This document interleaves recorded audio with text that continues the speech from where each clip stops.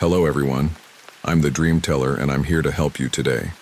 I know you use this video to fall asleep, so before that, like the video and subscribe to the channel.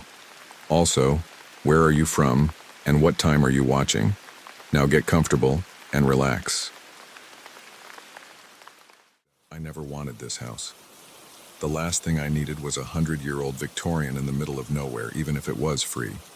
But here I was, 3 months after Grandma Rose's funeral, moving boxes into her old place because my apartment's rent had doubled and I couldn't afford anything else in the city. The first week went fine. I got my home office set up in what used to be the sitting room, arranged my bedroom in Grandma's old sewing room on the second floor, and started settling into a routine. The house creaked and groaned like any old building, but I got used to it. The rural silence actually helped me focus on my programming work. Then things started happening. Small things at first. On a Tuesday morning in July, I came downstairs and found the kitchen window wide open. I stood there for a full minute, coffee cup in hand, staring at the white curtains moving in the breeze. I specifically remembered closing and locking that window the night before because I'd seen a raccoon in the backyard. I checked the lock. It worked perfectly. No signs of forced entry. I closed it, locked it, and double-checked it. Told myself I must have been mistaken about locking it the previous night. But I knew I wasn't. 3 days later, it happened again. This time with the back door.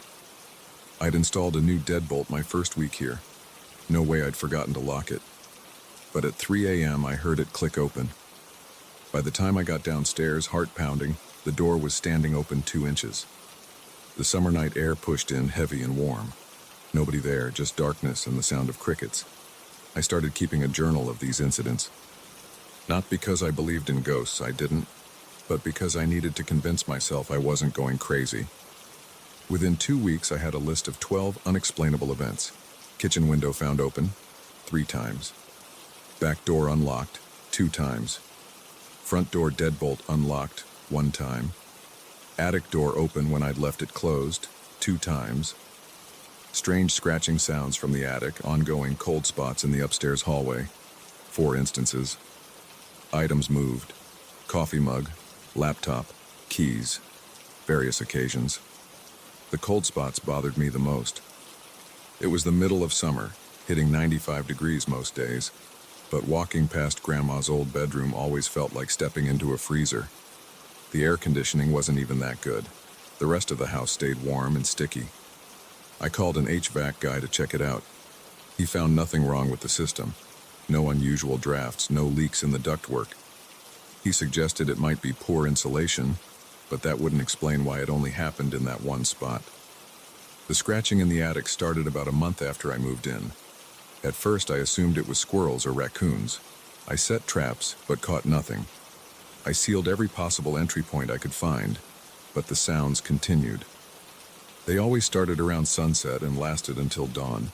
A constant, slow scraping like something dragging itself across the wooden floor up there. I went up to investigate dozens of times. The attic was empty except for some old furniture covered in sheets and boxes of Grandma's things I hadn't gone through yet. The scratching always stopped the moment I opened the attic door. As soon as I left, it would start again. Then came the footsteps. The first time I heard them, I was in bed reading at 11:30 p.m. Slow, deliberate steps in the hallway outside my room. The floorboards creaked in a steady rhythm. Step, creak, step, creak. Getting closer to my door. I sat frozen, book forgotten in my hands, listening. The steps stopped right outside my room. I could see the shadow of feet blocking the light under the door. Nothing happened for 5 long minutes. Just silence and that shadow. Finally, I got up. My hands shook as I reached for the doorknob. I yanked it open. The hallway was empty. The shadow was gone. But the air felt thick and cold, like breathing in ice. I didn't sleep that night, or the next when it happened again. Same time, same slow footsteps, same shadow under the door. This time I didn't open it. The incidents escalated from there. Books fell off shelves when I walked past. Doors slammed shut on their own. One morning I came downstairs to find every cabinet in the kitchen standing open. The next day, all the photos of Grandma Rose were turned face down. I started avoiding certain parts of the house. The attic was completely off limits now. I kept the door to Grandma's old bedroom closed and locked, but the activity followed me. The cold spots spread to other areas. The footsteps started appearing at random times, day and night. I researched the house's history. Grandma Rose and Grandpa had bought it in 1962. Before that, it belonged to the Morrison family for 3 generations. No recorded deaths, besides expected ones from old age. No tragic accidents or crimes. Nothing that would explain what was happening. I called my cousin Sarah, who'd spent summers here as a kid. "Did you ever notice anything strange about Grandma's house?" I asked, trying to sound casual. "Strange how?" "Like unexplainable things. Cold spots, weird noises, that kind of thing." A long pause. "You're hearing the footsteps, aren't you?" My stomach dropped. "You knew about them?" "We all did. None of us kids would sleep in the upstairs bedrooms. Grandma said it was just the house settling, but..." She trailed off. "But what? Did she ever tell you about her sister? Great Aunt Margaret?" "No. I didn't know she had a sister." "That's because they never talked about her. She died in that house in 1965, found at the bottom of the attic stairs with a broken neck. They said she fell, but what? Grandma was the only other person home that day. They'd been fighting about selling the house.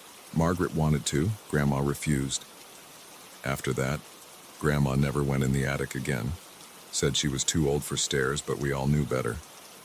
I hung up shortly after, my mind racing. I spent the rest of the day going through Grandma's old papers in the basement. Finally, in a box of yellowed photos, I found it. A newspaper clipping from 1965. "Local woman dies in home accident. Margaret Walsh, 54, was pronounced dead at the scene after an apparent fall down attic stairs. Her sister, Rose Walsh, discovered the body. That night the footsteps came again, but this time they started in the attic. I lay in bed listening as they crossed the attic floor, slow and deliberate. Then down the attic stairs, step by step, along the hallway, stopping outside my door. The shadow appeared under the door again, but this time I saw something else. Water seeping under the door. Not much, just a few drops. I knelt down to look closer. Not water. Blood. I scrambled back, heart hammering. The doorknob started to turn. I ran.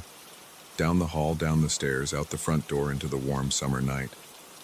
I didn't stop until I reached my car. I slept in a motel that night. And the next. But I knew I had to go back. All my things were there, and I couldn't afford to live anywhere else. When I returned 2 days later, the house was silent. No footsteps, no scratching, no cold spots. Everything looked normal. But taped to the refrigerator was a yellowed piece of paper I'd never seen before. A letter written in shaky handwriting. "Dearest Rose, I know what you did. I know it wasn't an accident. You pushed me because I threatened to expose your secret. The real reason you wanted this house so badly. What's buried in the basement that you don't want anyone to find? I'll make sure the truth comes out, one way or another. Your loving sister, Margaret." I stood there reading it over and over, my coffee getting cold in my hand. Then I noticed something else. The basement door was open. Just a crack, but enough to let out a thin stream of cold air. I'm writing this now from my car, parked outside a hardware store. I just bought a sledgehammer and some work lights. I need to know what's in that basement. Under the old concrete floor that Grandma had poured the year after Margaret died. The floor that, according to the county records, was never in the original house plans. I don't believe in ghosts, but I'm starting to believe in secrets, and guilt, and justice. The sun is setting. Soon it'll be dark. But I'm going back in there. I have to know the truth, even if the footsteps are waiting for me. Even if they lead me to something I wish I'd never found. Because some secrets don't stay buried forever. Sometimes they crawl their way out, scratch by scratch, step by step, until someone finally listens. I think I hear them now, even from out here in my car. The scratching, the footsteps, they're getting louder. They're waiting for me, and I'm going in.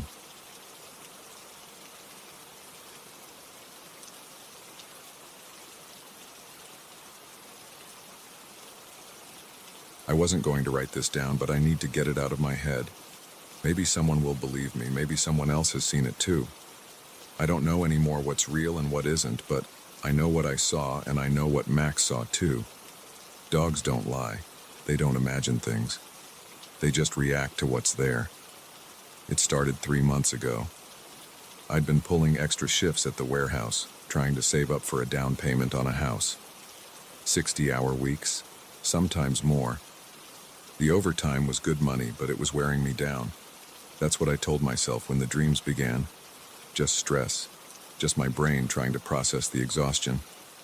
The first time I saw it, I woke up at 3:17 a.m. The red numbers on my alarm clock burned that time into my memory. There was something standing at the foot of my bed. A dark shape, about 6 feet tall, completely black. Not like shadow black, but like a hole in the air. I couldn't move. My throat closed up. I lay there frozen, staring at it for what felt like hours but was probably only seconds. Then I blinked, and it was gone. I switched on my bedside lamp. The room looked normal. My dirty laundry was still piled in the corner. The door was still closed. Max, my German shepherd, was sleeping peacefully in his bed by the window. Nothing was out of place. Just a dream, I said out loud. My voice sounded weird in the quiet room. Just stress. I got up, drank some water, took a piss, and went back to bed. But I left the light on. The next night, same thing. 3:17 a.m. The shape was there again, this time a little closer to the bed. I could see it better, or maybe see isn't the right word. It was like my eyes couldn't quite focus on it, like trying to look at a black hole if black holes could stand in your bedroom and watch you sleep. This went on for weeks. Always 3:17 a.m. Always the same shape, getting closer each time. I started sleeping with all the lights on. I bought a nightlight, then another one, until my bedroom looked like a Christmas display. It didn't matter. The shape still came. I told myself it wasn't real. I got a physical, thinking maybe there was something wrong with my brain. The doctor found nothing. Blood pressure normal. Blood sugar normal. No signs of any neurological issues. He gave me a prescription for sleeping pills and told me to cut back on caffeine. The pills didn't help. If anything, they made it worse. When you're groggy from sleep medication, it's harder to convince yourself you're just seeing things. Then Max started acting weird. It was a Tuesday night. I remember because I'd been watching that stupid reality show where people bake cakes that look like other things. I was dozing off on the couch when Max suddenly sat up, ears forward, staring at the corner of the living room. His hackles rose. A low growl started in his throat. I looked where he was looking. Nothing there. Just the corner where I keep my workout equipment that I never use.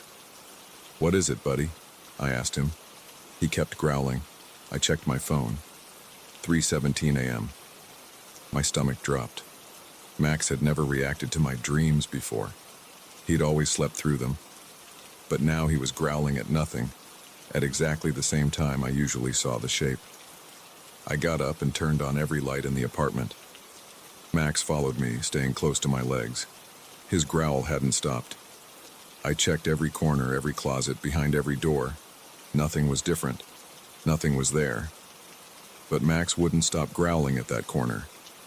The next night I decided to test something.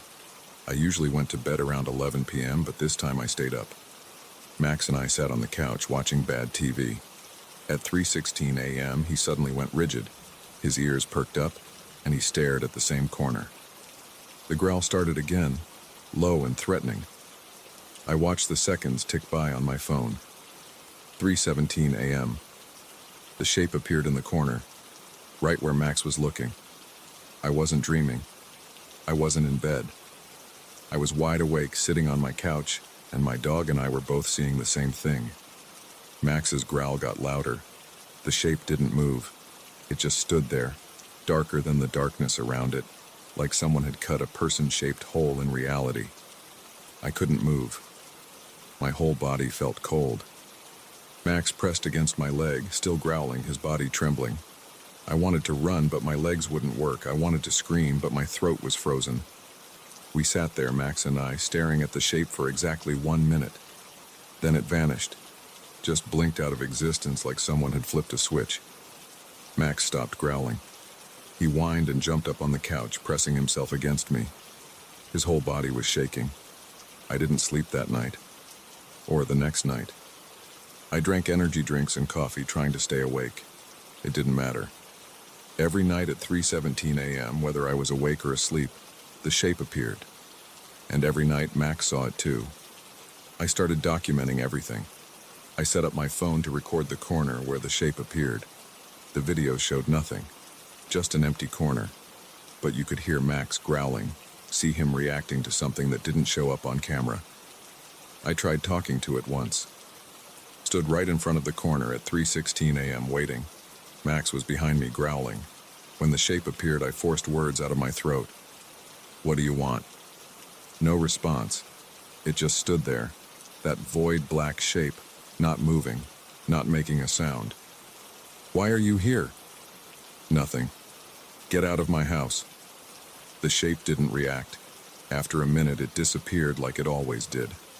I started sleeping at friends' houses, but it didn't help. The shape found me wherever I went.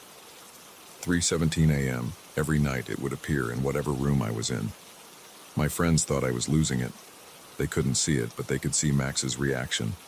They watched him growl at empty corners, watched him shake and whine. "Maybe you should see someone," my best friend Tom suggested after I'd crashed on his couch for the 3rd night in a row. Like, professionally. I did. The therapist listened to my story and prescribed anti-anxiety medication. I took it. The shape still came. I moved apartments, didn't help. Changed jobs, thinking maybe it was work stress. The shape followed me. Last week, something changed. I was sitting on my new couch in my new apartment, watching Max stare at the corner where I knew the shape would appear. 3:17 a.m. came. The shape appeared, but this time, it moved. It took a step toward us. Max's growl turned into a snarl.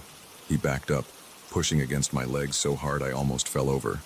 The shape took another step. I could see it better now. It wasn't just person-shaped anymore, it had features. Or rather, it had spaces where features should be. Darker patches in the blackness, arranged like eyes and a mouth. My chest felt tight. I couldn't breathe. Max was barking now, deep, terrified barks that I'd never heard from him before. The shape kept coming, step by step, moving closer. Its movement was wrong, not like walking, more like sliding. Like someone had taken a cutout of darkness and was dragging it across the room. I ran, grabbed my keys, grabbed Max's leash, and ran out of the apartment. We spent the night in my car in a Walmart parking lot. But I know it doesn't matter where I go. It's 3:16 a.m. now as I'm writing this. Max is in the passenger seat staring at the rearview mirror, growling. I'm parked under a bright security light, but I know that won't help. I can see the shape forming in the back seat. It's 3:17 a.m. It's reaching for me. Max is barking. I should run, but what's the point? It's just going to keep finding me. Keep coming closer. Keep reaching. Maybe someone will find this. Maybe someone else has seen it too. Maybe someone knows what it wants. If you're reading this and you wake up at 3:17 a.m. and see a shape standing in your room, don't tell yourself it's just stress. Don't tell yourself it's not real. Run.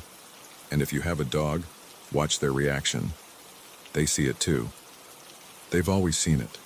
It's getting closer now. The darkness is spreading across the front seat.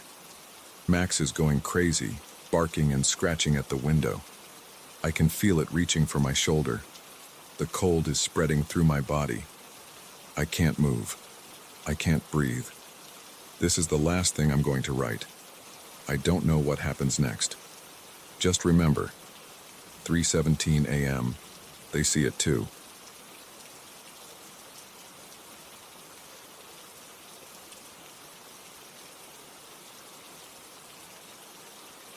The scratching of my fork against the empty plate echoed through the kitchen at 2 a.m. I hadn't eaten since lunch and my stomach wouldn't let me sleep. My wife Sarah was away at her sister's for the weekend, and I'd fallen into my old bachelor habits of irregular meals and staying up late watching TV. The house felt different at night.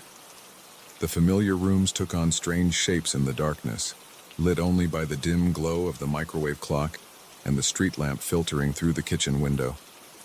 The silence pressed in, broken only by the quiet hum of the refrigerator and the occasional creak of the old wooden floors settling.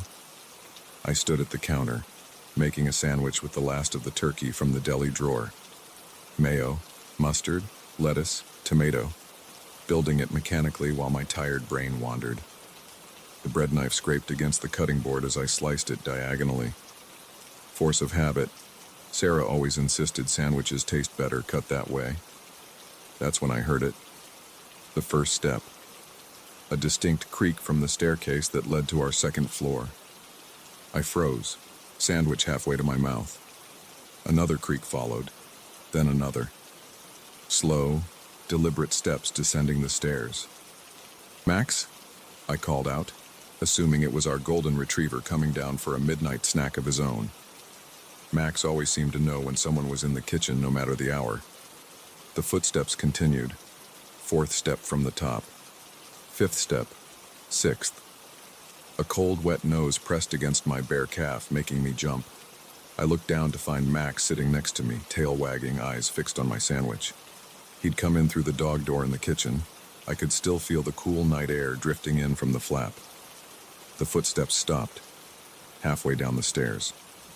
My heart began to pound against my ribs. The sandwich fell from my nerveless fingers onto the counter.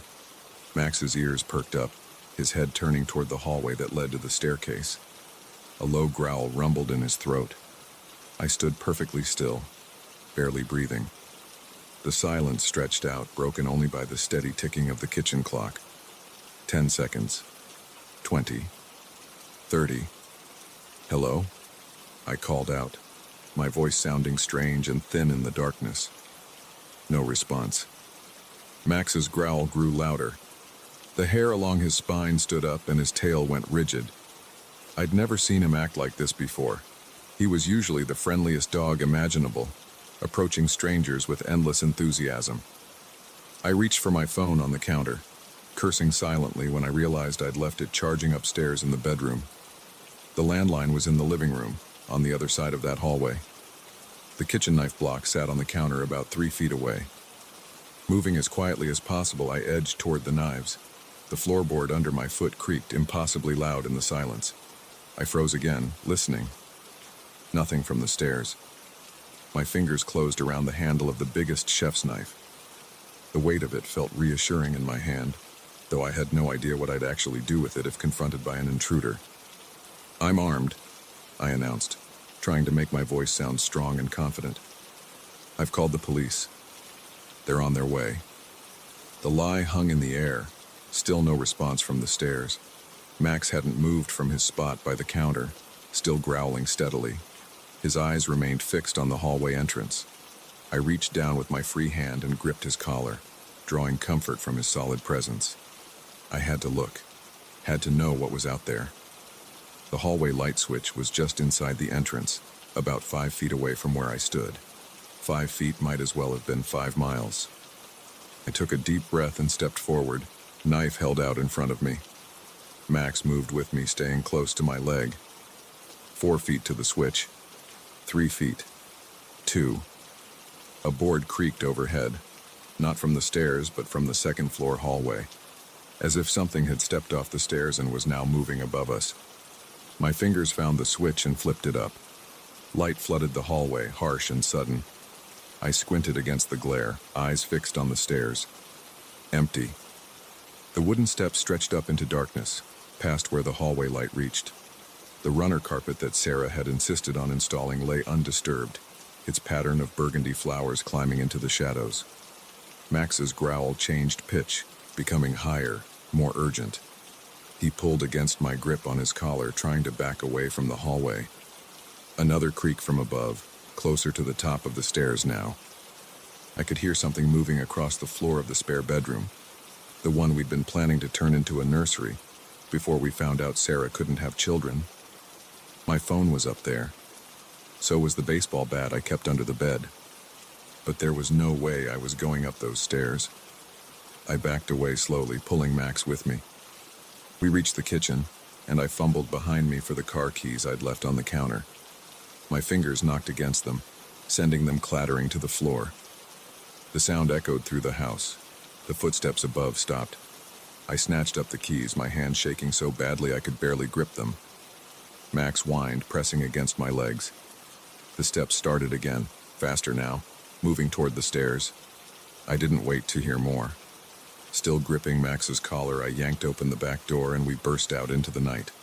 The motion sensor light clicked on, illuminating the backyard in harsh white light. We ran to my car, parked in the driveway. I fumbled with the keys, dropping them twice before managing to unlock the door. Max jumped into the passenger seat and I threw myself behind the wheel, stabbing the key into the ignition. The engine roared to life. I threw the car into reverse and peeled out of the driveway, tires squealing against the asphalt. In the rearview mirror, I could see the house growing smaller, all its windows dark except for the kitchen and hallway lights I'd left on. Something moved past one of the upstairs windows. Just a shadow there and gone so quickly I couldn't be sure I'd really seen it. I drove aimlessly through the empty streets, hands clenched on the steering wheel, heart still racing. Max had settled down in the passenger seat, but his ears remained alert, swiveling at every sound. After about 20 minutes, I pulled into the parking lot of the 24-hour Walmart on the edge of town. The lot was nearly empty, just a few cars scattered across the vast expanse of asphalt. The fluorescent lights cast everything in a sickly yellow glow. I pulled out my old flip phone from the glove compartment, the emergency phone I kept charged for breakdowns. My hands had stopped shaking enough to dial Sarah's number. It rang 4 times before she answered, her voice thick with sleep. "Hello?" "Sarah, thank God." The relief at hearing her voice made me sag against the seat. "John? What's wrong?" "It's..." A pause. "It's almost 3 in the morning. I need you to come home. Now." "What? Why? What happened?" I tried to find words to explain what had happened, how to make it sound real, and not like the product of an overactive imagination or too many late-night horror movies. "Someone's in the house," I said finally. "Or something. I don't know. But I heard footsteps on the stairs and Max was with me the whole time and..." "Slow down," she said. I could hear her sitting up, covers rustling. "Start from the beginning." So I told her everything, trying to stick to the facts, to what I'd actually seen and heard. It sounded crazy, even to my own ears. "Did you call the police?" she asked when I finished. "Not yet. I just needed to hear your voice first, to know you were okay."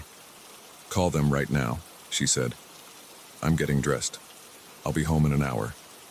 "No, wait until morning. Please. Whatever's in there. John." Her voice was firm. "Call the police, wait for them in the parking lot. I'm coming home." She hung up before I could argue further. I stared at the phone for a long moment, then dialed 911. The dispatcher took my information calmly, promised to send officers to check the house, asked if I wanted to meet them there. I said yes, though everything in me screamed to drive in the opposite direction. 20 minutes later, I pulled up to our house again, parking across the street. 2 police cruisers sat in the driveway, their lights off. 4 officers stood on the front lawn, talking in low voices. I got out of the car, leaving Max inside. One of the officers approached me, Officer Chen, according to her nameplate. "Mr. Thompson?" she asked. I nodded. "We've done a complete sweep of the house. All doors and windows are secure. No signs of forced entry. No one inside." "Did you check the attic?" I asked. "The crawl spaces?" "Everywhere," she assured me. "The house is clear." I looked up at the dark windows of our home. "You're sure?" "Positive. We found some open windows upstairs, probably the source of the noises you heard. Wind can do strange things in old houses." I wanted to argue, to tell her about Max's reaction, about the deliberate sound of those footsteps. But I knew how it would sound. "Thank you," I said instead. Sorry to waste your time. No waste, Officer Chen said. Better safe than sorry. Do you want one of us to stay while you go back in? I shook my head. No, I'll wait for my wife. She's on her way. The officers left shortly after, their cruisers pulling away into the night. I sat in my car with Max, watching the house. Sarah arrived 45 minutes later, parking her car behind mine. She got out and came to my window, her face tight with concern. The police found nothing, I told her before she could ask. Said it was just the wind. She looked at the house, then back at me. Come on, she said. Let's go in together. I followed her up the front walk, Max padding between us. Sarah unlocked the door and stepped inside, flipping on lights as she went. I trailed behind her as she moved through the house, checking every room, every closet, every corner. Everything was exactly as it should be. No signs of disturbance, no evidence that anything unusual had happened. We ended up in the kitchen. My half-eaten sandwich still sat on the counter where I dropped it. Sarah picked up the chef's knife I'd abandoned and put it back in the knife block. Well, she said, trying to smile. At least you didn't burn the house down trying to make a midnight snack. I couldn't match her attempt at lightness. I know what I heard, Sarah. She put her hand on my arm. I believe you heard something, but look. Nothing's missing, nothing's damaged. Maybe it was just the house settling. Or maybe... She trailed off, but I knew what she wasn't saying. Maybe I'd imagined it. Maybe the stress of work, of our failed attempts at having a child, of everything else had finally gotten to me. Maybe, I said, not believing it for a second. We went to bed, but I didn't sleep. I lay awake, listening to Sarah's steady breathing beside me, to Max's occasional snuffling from his bed in the corner, listening for footsteps that didn't come. The next day I installed security cameras throughout the house, in the hallways pointing at the stairs, covering every entrance and exit. Sarah didn't object, though I caught her exchanging worried looks with her sister when she came to pick up some clothes she'd left behind. That was 3 weeks ago. The cameras haven't picked up anything unusual. No more footsteps in the night, no unexplained noises, everything normal. But sometimes when I'm alone in the house, I'll catch movement out of the corner of my eye, a shadow passing just out of sight. And sometimes late at night, I'll wake up to the sound of Max growling softly in his sleep. I lie there in the darkness, listening to the house creak and settle around us, and I wonder about those footsteps on the stairs. Wonder what would have happened if I'd gone up to investigate instead of running. Wonder what was waiting in the darkness at the top of those stairs. And sometimes, in the space between sleeping and waking, I think I hear them again. Slow, deliberate steps descending the stairs. But I keep my eyes closed and pull the covers tighter, because I know now, some questions are better left unanswered. The security cameras keep watching, their red lights blinking steadily through the night. Sarah says I should take them down, that they're not necessary anymore. That whatever I heard that night was just my imagination playing tricks on me. But I leave them up, because I know what I heard, and because sometimes, when I review the footage late at night while Sarah's sleeping, I see something. Just for a frame or two, too quick to be sure. A shadow where there shouldn't be one. A movement that doesn't quite match the wind. A figure that's almost, but not quite human. And I wait, knowing that sooner or later, those footsteps will come again. And next time I'll have proof. But part of me hopes they never do. Because deep down I'm afraid of what the cameras might show. Afraid that some mysteries should remain unsolved. Afraid that knowing the truth might be worse than wondering. So I keep the cameras running and I avoid the stairs at night, and I pretend not to notice when Max stares into empty corners, hackles raised, watching something I can't see. And every night before I go to bed I check all the doors and windows, even though I know it won't make a difference. Because whatever came down those stairs that night didn't need doors or windows. It was already inside.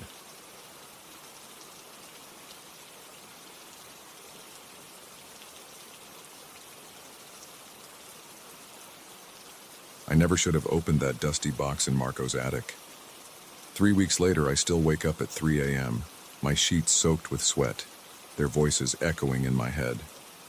But I need to write this down, Maybe someone else will find this story and know better than to make the same mistake I did. It started when Marco got that job offer in Singapore. He'd been my best friend since college, and suddenly he had 2 weeks to pack up his entire life and move across the world. Of course, I offered to help clean out his house. That's what friends do, right? The attic was the worst part. 20 years of accumulated stuff crammed into a space barely tall enough to stand in. The August heat made it feel like an oven, and dust coated everything. I'd been up there for hours sorting through old magazines and college textbooks when I found the game box shoved behind a stack of cardboard moving boxes. It didn't look like anything special. Just a plain wooden box about the size of a pizza box with no label or brand name. The wood felt smooth under my fingers, worn from handling. When I opened it, I found a hand-drawn game board inside, along with 6 carved wooden playing pieces and 3 dice. The board showed a spiral path leading to the center, kind of like Candyland, but darker. Each space had different symbols drawn on it. Some I recognized, like moons and stars, others I'd never seen before. The wooden pieces were carved to look like different animals: a rabbit, a fox, an owl, a deer, a wolf, and what might have been a crow. I took a picture and texted Marco. "Found this in your attic. Looks homemade.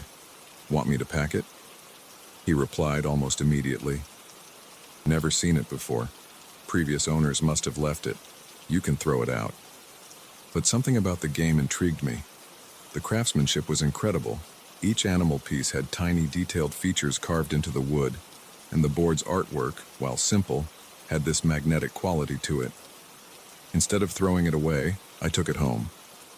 That weekend, I invited some friends over for drinks and board games. After a few rounds of Cards Against Humanity, I brought out the mystery game. "Check this out," I said, setting it on the coffee table.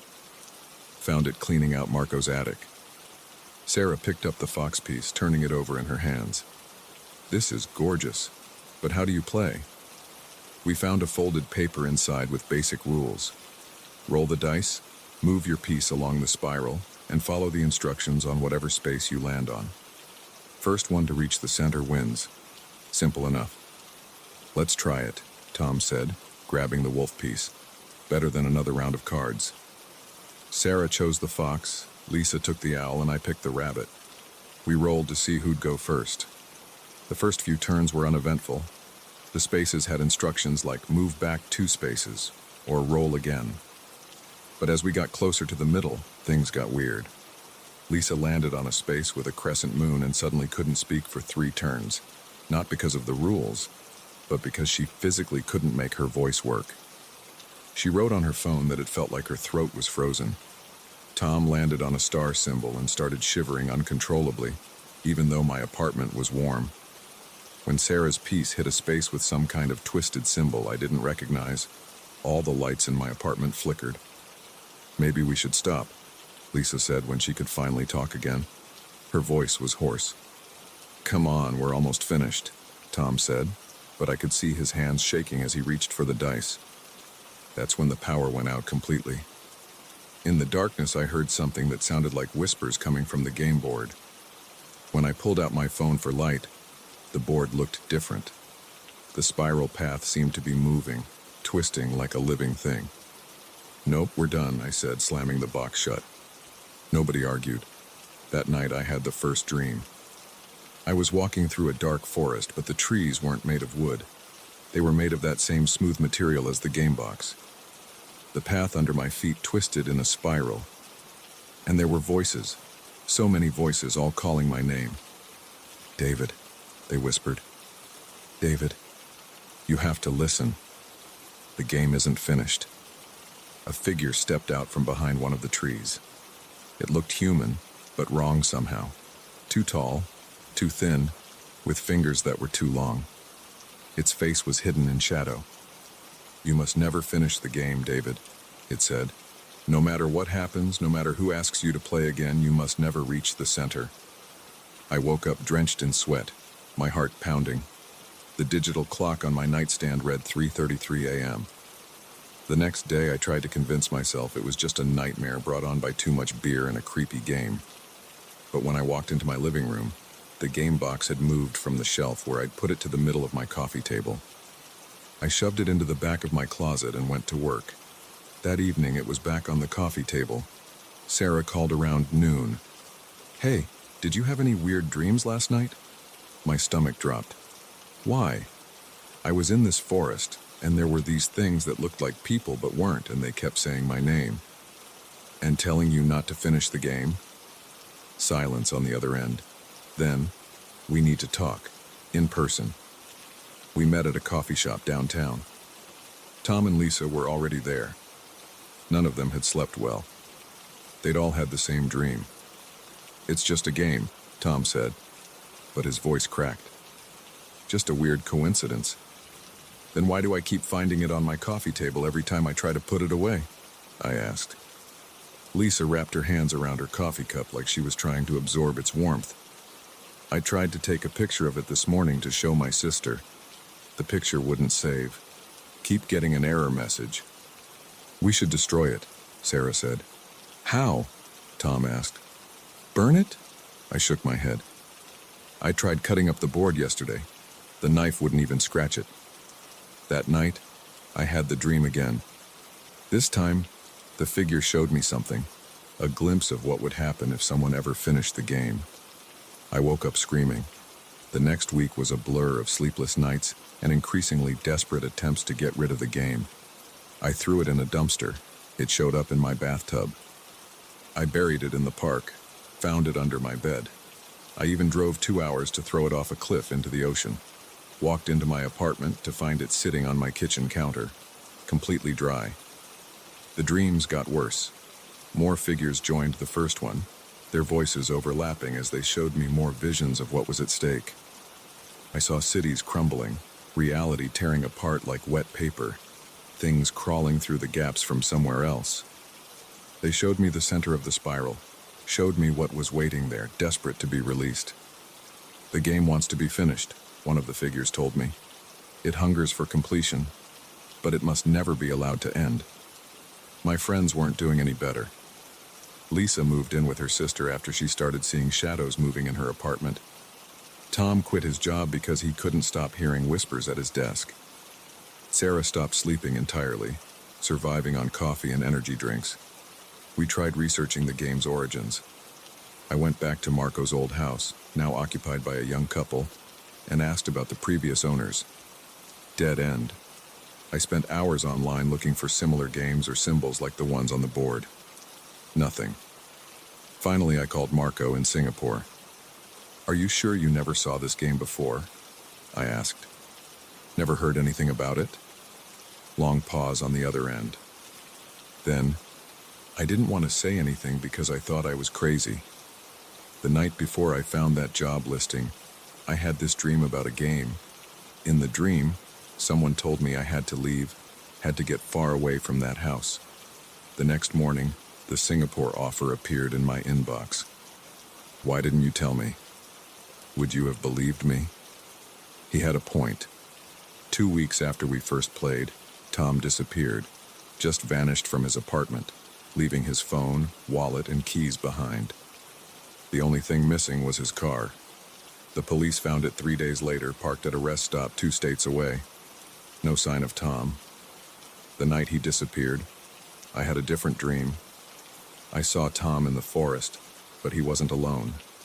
The figures surrounded him, their 2 long fingers reaching for him. He was holding the game box. "I can finish it," he was saying. "I can end this for all of us." "You must not," the figures screamed in unison. Then everything went dark. Sarah was the next to crack. She showed up at my apartment at midnight, her eyes wild, holding the wolf piece from the game. "I figured it out," she said, pushing past me into the living room. "We have to finish it. That's the only way to make it stop." "Sarah, no." I grabbed her arm. "You've seen what they showed us. You know what happens if someone wins. But what if they're lying?" She pulled away from me. "What if finishing the game fixes everything? Makes it all go back to normal? You don't believe that." She started crying. "I can't keep doing this, David. I can't keep having these dreams. I can't keep seeing them everywhere I go. I just want it to stop." I held her while she cried, and eventually she fell asleep on my couch. When I woke up the next morning, she was gone. So was the game. I found her in the park where we used to have lunch together. She had the board set up on a picnic table, all the pieces arranged at the start. The wolf piece was already several spaces ahead. "Sarah, please," I said, approaching slowly. "Remember what they showed us. Remember what comes through if someone reaches the center. Maybe that's what needs to happen." Her voice was eerily calm. "Maybe this world needs to end. Maybe that's why the game exists." I lunged for the board, but some invisible force held me back. I could only watch as she rolled the dice again and again, moving the wolf piece closer to the center. The sky darkened. The air grew thick and heavy. I heard those whispers again, but this time they weren't coming from the board. They were coming from everywhere, from the trees and the grass and the earth itself. Sarah was 2 spaces from the center when Lisa appeared, running across the park. She tackled Sarah off the bench just as she was reaching for the dice. The board went flying, pieces scattering across the grass. The whispers turned to screams. The darkness pressed in around us. For a moment, I saw something reaching through a tear in the air above the picnic table. Something with too many limbs and too many eyes and too many mouths. Then Lisa threw something. Tom's car keys, which she'd found in her mailbox that morning. They hit the board just as the thing was pushing through, and everything exploded in a flash of light. When my vision cleared, the board was gone. So were the pieces, the dice, everything. Even the box I'd left at my apartment disappeared. Sarah was unconscious, but breathing. When she woke up in the hospital the next day, she didn't remember anything after our first game night. Tom showed up on his sister's doorstep in Colorado a week later, with no memory of how he got there. Lisa's shadows went away. The dreams stopped. But sometimes, late at night, I still hear whispers. Sometimes I see movement out of the corner of my eye, catch glimpses of 2 tall figures with 2 long fingers. Sometimes I wonder if the game is really gone, or if it's out there somewhere, waiting for someone else to find it in another dusty attic or forgotten closet. And sometimes I wonder what would have happened if we'd finished it. What was really waiting at the center of that spiral? Were the figures trying to protect us or themselves? Was Sarah right? Does this world need to end? I don't know. I don't want to know.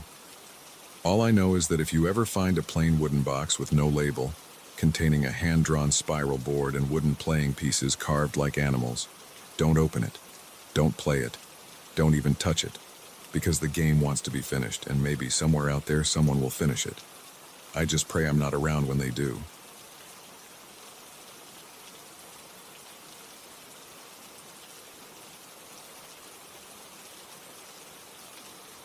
When the lawyer called about my great-grandfather's inheritance, I expected maybe some old furniture or worthless keepsakes. What I got instead were 12 oil paintings that changed my life. They arrived on a Tuesday morning in October, each wrapped carefully in brown paper and bubble wrap. The delivery guy wouldn't even step inside my house to help move them. He just dumped them in my garage and left quickly, wiping his hands on his pants like he'd touched something dirty. I spent that afternoon hanging them throughout the house. Sarah, my wife, helped at first, but after the 3rd painting, she complained of a headache and went to lie down. The paintings weren't anything special, just landscapes and portraits from what looked like the late 1800s. Dark colors, heavy frames, the kind of stuff you'd find in any antique shop. But they were free, and they filled the empty walls of our new house. The first night I woke up at 3 a.m. to use the bathroom. As I walked down the hallway past the largest painting, a portrait of a woman in a black dress, I heard something that made me stop cold. A whisper, just at the edge of hearing, like someone letting out a slow breath.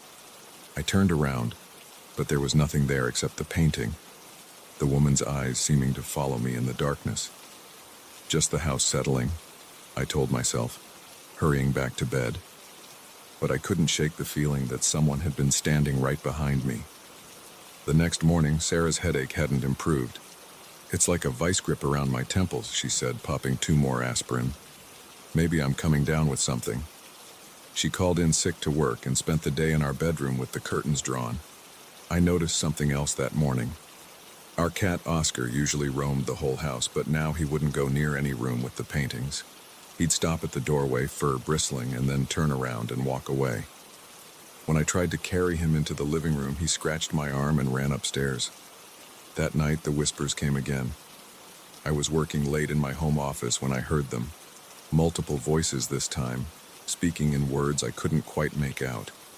They seemed to be coming from the painting above my desk, a dark forest scene with a barely visible path winding through the trees. I got up and examined it closely, pressing my ear against the canvas. The whispers stopped immediately, but the air felt colder, like someone had opened a window. I started researching my great-grandfather, Thomas Wheeler. He'd died in 1943, long before I was born, and the family rarely talked about him. Online records showed he'd been an art dealer in Boston, specializing in European imports. Nothing unusual there. But then I found an old newspaper article from 1942. Local art dealer under investigation after client deaths. The article was brief, mentioning 3 separate incidents where people who'd bought paintings from him had died under mysterious circumstances. The investigation was dropped after Wheeler himself died of a stroke the following year. Sarah's headaches got worse. She couldn't work, couldn't eat, could barely get out of bed. The doctors found nothing wrong. No tumor, no infection, nothing. They prescribed migraine medication, but it didn't help. I started to notice dark circles under her eyes, and her skin took on a grayish tinge. "It's the paintings," she said one morning, her voice barely a whisper. "They're watching us, James. I can feel them watching us all the time." I wanted to dismiss it as the pain making her paranoid, but I couldn't, because I'd started seeing things too. Movement in the paintings when I walked past them, figures shifting positions between one glance and the next. The woman in the black dress was the worst. Sometimes her head would be turned slightly different, or her hands would be in new positions. Once I swore I saw her smile. The whispers grew louder, more frequent. They came at all hours now, not just at night. Sometimes they spoke in English. Fragments of conversations, bits of laughter, occasional screams. Other times it was in languages I didn't recognize, guttural sounds that made my skin crawl. I tried to take the paintings down. The first one, a seascape with dark waves and a distant lighthouse, wouldn't budge. The nail hadn't moved, but it felt like the painting itself was stuck to the wall. When I pulled harder, my hands started burning like I'd grabbed a hot stove. Red welts appeared on my palms, shaped like fingerprints. That night I heard footsteps in the hallway. Heavy, deliberate steps that stopped outside our bedroom door. Sarah heard them too. She grabbed my arm so tight it left bruises. We lay there in the dark, barely breathing as the doorknob slowly turned. The door creaked open, but there was nobody there. Just darkness, and the sound of breathing that wasn't ours. I called the lawyer the next morning, demanding information about the painting's history. He was reluctant to talk at first, but finally admitted that they'd been in storage since my great-grandfather's death because no one in the family would take them. There were stories, he said hesitantly. Bad things happen to people who own them, but that's all superstitious nonsense, of course. I started sleeping in the living room to keep watch. The whispers were constant now, like a radio playing just too quiet to understand. The figures in the paintings moved freely when they thought I wasn't looking. I set up my phone to record overnight, but the videos always came out distorted and unwatchable, full of static and strange shadows. Sarah got worse. She lost weight rapidly, her skin hanging loose on her bones. Her headaches were so bad she could barely speak. The doctors wanted to hospitalize her, but she refused. "They're feeding on me," she told me. "I can feel them pulling something out of me every time I sleep." I tried calling specialists, art historians, paranormal investigators, even a Catholic priest. Most wouldn't take my calls. The few who did listen told me to burn the paintings immediately. But they wouldn't burn. I tried. God help me, I tried. The flames wouldn't touch them. The paint didn't even bubble. Then Sarah started sleepwalking. I'd wake up to find her standing in front of different paintings, her eyes wide open but empty, having conversations with people who weren't there. When I tried to lead her back to bed, she'd fight me. screaming in voices that weren't her own. The cat disappeared on a Wednesday. We found him 2 days later inside the forest painting, just a small dark shape among the trees, but I recognized his collar. Sarah saw it too. That was when she tried to kill herself. I found her in the bathroom with my razor, but the cuts weren't deep enough. She fought me as I wrapped her wrists, begging me to let her die. I couldn't take it anymore. I called a moving company, offering triple their normal rate to come immediately. They arrived within an hour, but refused to touch the paintings as soon as they saw them. One man crossed himself and walked out. His partner followed, leaving their truck running in the driveway. That night, everything went to hell. It started with the whispers turning into screams, not just from the paintings, but from every corner of the house. The temperature dropped so low we could see our breath. All 12 paintings began to bleed, dark liquid running down the walls. It smelled like copper and rot. Sarah stood up from the couch where she'd been lying and walked to the center of the living room. Her movements were wrong, jerky like a puppet. When she turned to look at me, her eyes were completely black. "Your grandfather made a deal," she said, but it wasn't her voice. It was deep, ancient, speaking English with an accent I couldn't place. The paintings were only part of the payment. We've been waiting for the rest. She collapsed then, shaking violently. I tried to reach her, but something held me back, invisible hands gripping my arms and throat. The figures in all the paintings were moving now, pressing against their canvas prisons like they were made of plastic wrap. I saw faces bulging through, hands reaching out. The woman in the black dress stepped completely out of her frame. She moved like smoke, flowing across the room to where Sarah lay. I fought against whatever held me, screaming until my throat was raw. The woman bent over Sarah, reaching toward her face with hands that ended in long, dark claws. That's when I remembered the last thing the priest had told me. If you can't destroy them, bind them. But it'll cost you something precious. I bit my tongue hard enough to draw blood and started reciting the words he'd made me memorize. Latin, I think, though I didn't understand them. The woman's head snapped toward me, her face no longer human, but something that hurt my eyes to look at. The other figures were emerging too, twisted shapes that shouldn't exist. I kept reciting, even as my vision started to darken. Something was pulling at me, trying to draw something out through my mouth. I could feel parts of myself starting to tear away. The woman screamed, a sound like metal grinding on metal, and lunged at me. I spoke the last word just as her claws reached my chest. There was a sound like thunder, then silence so complete it felt solid. When my vision cleared, the paintings were gone. All 12 frames hung empty, the canvases now blank and white as snow. The walls were clean, no trace of the dark liquid that had run down them. Sarah was breathing, her color already better. When she opened her eyes, they were her own again. She didn't remember anything after the paintings arrived, which was probably mercy. I remember everything. I have to. It's part of the price I paid. I can feel the empty spaces inside me where pieces of my soul used to be. The priest warned me it would happen, that binding 12 ancient spirits would require 12 pieces of myself. I can't dream anymore, can't taste food, can't feel temperature. 9 other senses or abilities gone forever. We moved out the next day, leaving everything behind except what we could fit in our car. I heard the house sold months later for well below market value. Sometimes I think about warning the new owners about the empty frames, but I know it wouldn't do any good. The frames themselves aren't dangerous anymore. I keep track of the blank spaces inside me, counting them like missing teeth. 12 gaps where pieces of my soul used to be. Most days I think it was worth it. Sarah is herself again. The cat is still gone, but we have a new one that actually sleeps through the night. But sometimes, usually around 3 a.m., I wonder about those 12 pieces of me. I wonder if they're trapped in some dark space with those ancient things, experiencing an eternity of whatever lived in those paintings. I wonder if they're conscious, if they're screaming. I don't have the nightmare anymore. That was one of the things I lost.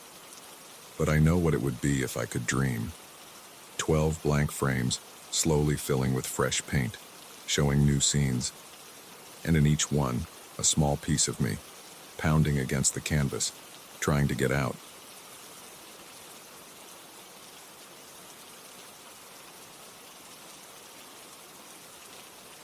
The first time I saw the doll, I thought nothing of it. Just another piece of junk in my overcrowded shed. I wish I'd thrown it away right then. Maybe things would be different if I had. But I didn't. And now I'm writing this down because I need someone to know what happened. I need someone to believe me. It started 3 weeks ago. My wife Sarah had been nagging me to clean out the shed behind our house. We'd bought the place last year, and the previous owners had left behind piles of old boxes and equipment. I'd kept putting it off. Who wants to spend their weekends sorting through someone else's trash?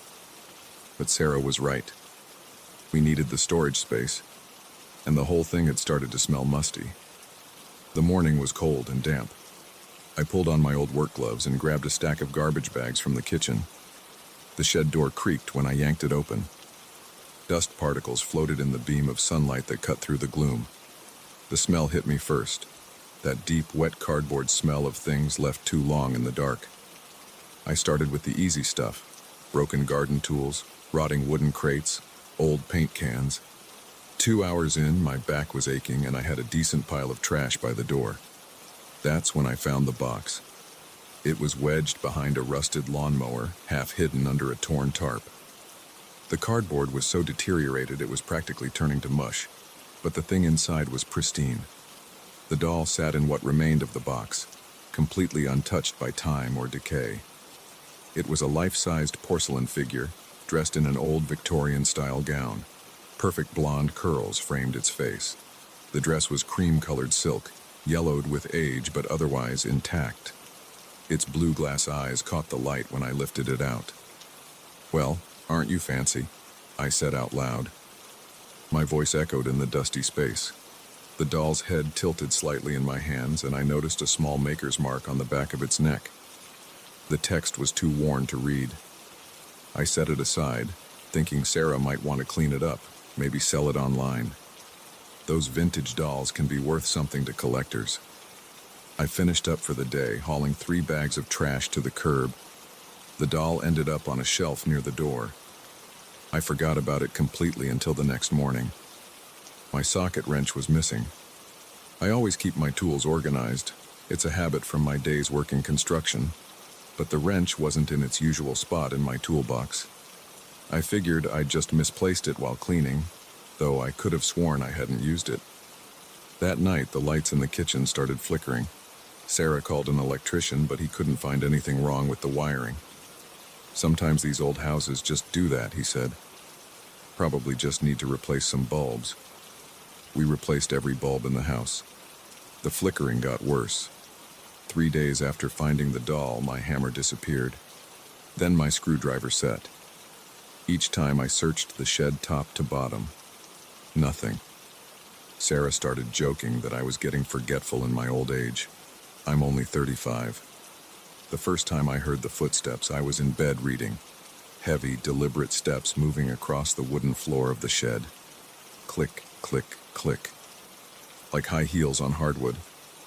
Sarah was already asleep beside me. I got up and looked out the window. The shed was dark and still. When I opened the door to check, the motion sensor light clicked on. Nothing moved. But the doll had changed position on the shelf.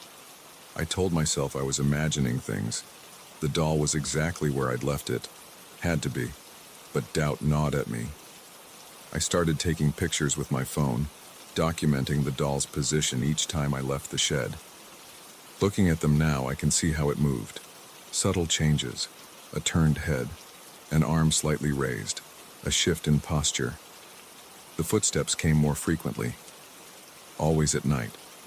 Always when I was alone. Sarah never heard them. "You're working too hard," she said. "The cleanup is stressing you out." Last Tuesday, I went into the shed to get my leaf blower. The doll was gone from its shelf. I found it sitting in the corner, surrounded by my missing tools arranged in a perfect circle. Its head was turned all the way around, facing the wall. When I touched it, the porcelain was warm. I should have destroyed it then. Instead, I put it back on the shelf and tried to convince myself there was a logical explanation. Maybe someone was playing pranks, maybe Sarah was moving things around and forgot to tell me. Maybe I was losing my mind. Yesterday, everything changed. I was in the shed late, fixing a broken sprinkler head. The sun had set and I was working by the light of my phone. The power had gone out again, the third time that week. The beam from my phone caught something moving in the shadows. The doll stood in the center of the floor. Not sat, stood. Its head tilted up to look at me, porcelain joints creaking. The blue glass eyes had turned black. I dropped my phone. In the darkness, I heard it move. Slow, calculated steps on the wooden floor. A low grinding laugh that sounded like breaking glass. Something cold brushed against my face. When I finally found my phone and turned the light back on, the doll was inches from my face, standing on the workbench. Its mouth had opened, revealing rows of jagged porcelain shards. The perfect blonde curls had become writhing tentacles of hair. The cream-colored dress was stained with what looked like old blood. I ran, slammed the shed door and locked it. Spent the night watching from the kitchen window, gun in my lap. Sarah thought I was crazy. Maybe I am. But I know what I saw. This morning, the shed was empty. The doll was gone. So were all my tools. The only thing left was a strange mark burned into the floor, a symbol I'd never seen before, like a spiral made of teeth. Sarah doesn't believe me. No one does. But I know it's still out there. Sometimes at night, I hear those steps in our walls. Click, click, click. Moving around the house, searching, waiting. The police came today. 3 people have vanished from our neighborhood in the past week. They found similar symbols burned into their homes. The families all reported the same thing. Flickering lights, missing objects, the sound of breaking glass in the dark. I'm writing this down because people need to know. That thing in my shed wasn't a doll. It never was. It just wore that shape until it found what it was looking for. And now it's free. Last night I heard Sarah talking in her sleep. She was speaking in a language I've never heard before, harsh and guttural, like stones grinding together. When I shook her awake, she had no memory of it. But this morning, I found a piece of porcelain on her pillow. It was warm to the touch and seemed to pulse like a heartbeat. I don't know what to do. I don't know how to stop it. All I know is that it's spreading. 3 more people disappeared today. The symbols are getting larger, the sounds are getting louder, and every night more dolls are being found in abandoned places. Perfect porcelain faces with glass eyes that follow you when you walk past. If you find a doll like that, don't touch it. Don't keep it. Destroy it immediately. Because what's inside isn't a doll at all. It's something ancient, something hungry, something that knows how to wait. I hear those steps again now, coming through the walls. Sarah's still asleep beside me, but her skin feels cold. Hard, like porcelain. The bedroom door is opening. Click, click, click.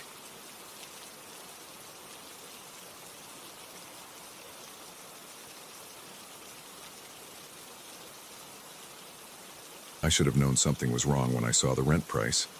$800 for a 1-bedroom in downtown Boston, in this market?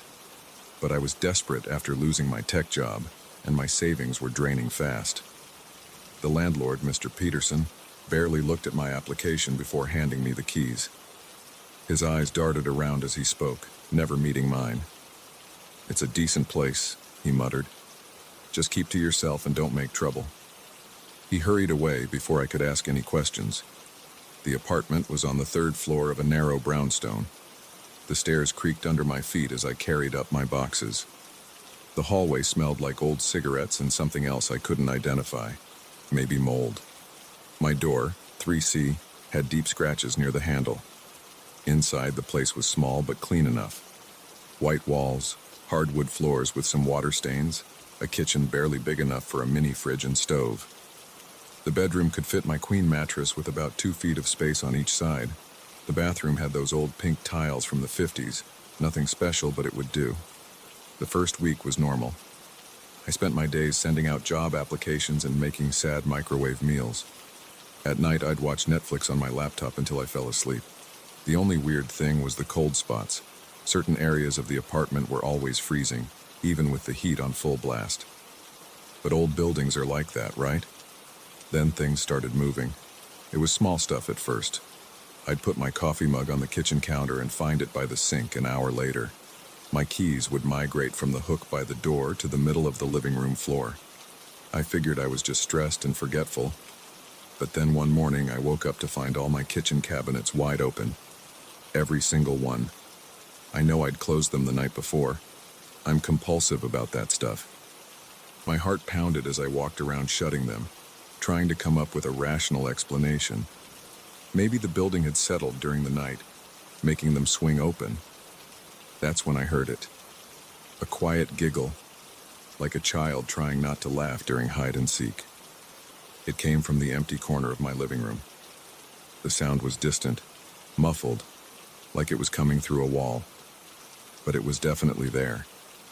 I spun around, but the corner was empty. Just my second-hand IKEA lamp and some moving boxes I still hadn't unpacked. The giggling faded away. "Hello?" My voice cracked. No response. I ran downstairs to talk to Mr. Peterson. He lived in the basement unit, but never seemed to be around. I knocked on his door for 5 minutes before he finally answered, wearing a stained bathrobe. "The apartment," I said. "There's something wrong. I keep hearing—" "No refunds," he snapped. "You signed a 6-month lease." "I'm not asking for a refund. I'm hearing noises and things are moving by themselves. Is there some kind of pest problem? Or maybe kids breaking in somehow?" He started to close the door. "Old building. Pipes make noise. Don't bother me unless something's actually broken." I put my foot in the doorway. "Please. I just need to know if anyone else has reported similar issues." His face changed then. Something flickered behind his eyes. Fear? Guilt? "Listen," he said quietly. "Just try to ignore it. That's what I do." He shoved my foot back and slammed the door. That night I couldn't sleep. Every creak and settling noise made me jump. Around 3 a.m. I heard what sounded like footsteps in the living room. Light, quick steps, like someone dancing. I pulled my blanket up to my chin and stayed perfectly still. The steps got closer to my bedroom door. They stopped just outside. I held my breath. The doorknob slowly turned. I watched, paralyzed, as the door began to open, but there was nobody there, just darkness. The giggling started again, louder this time. Multiple voices, all laughing together. I snapped. Jumping out of bed, I flipped on the lights and grabbed my baseball bat from the closet. "Who's there?" I shouted. "This isn't funny." The laughter stopped abruptly. The temperature dropped so fast I could see my breath. Then every light in the apartment went out at once. In the darkness, I heard whispers. Not English. Something older, with harsh consonants that hurt my ears. The voices seemed to be having a conversation, discussing something in urgent tones. I stood frozen, gripping my bat, as goosebumps spread across my arms. A hand touched my shoulder. I screamed and swung the bat wildly, hitting nothing but air. The lights flickered back on. I was alone in my bedroom, but all my clothes had been pulled out of the dresser and arranged in a spiral pattern on the floor. I spent the rest of the night in my car. The next morning, I started asking the other tenants about the building's history. Most avoided eye contact and hurried past. But Mrs. Chen in 2B finally talked to me. "You're in the cursed apartment," she said, shaking her head.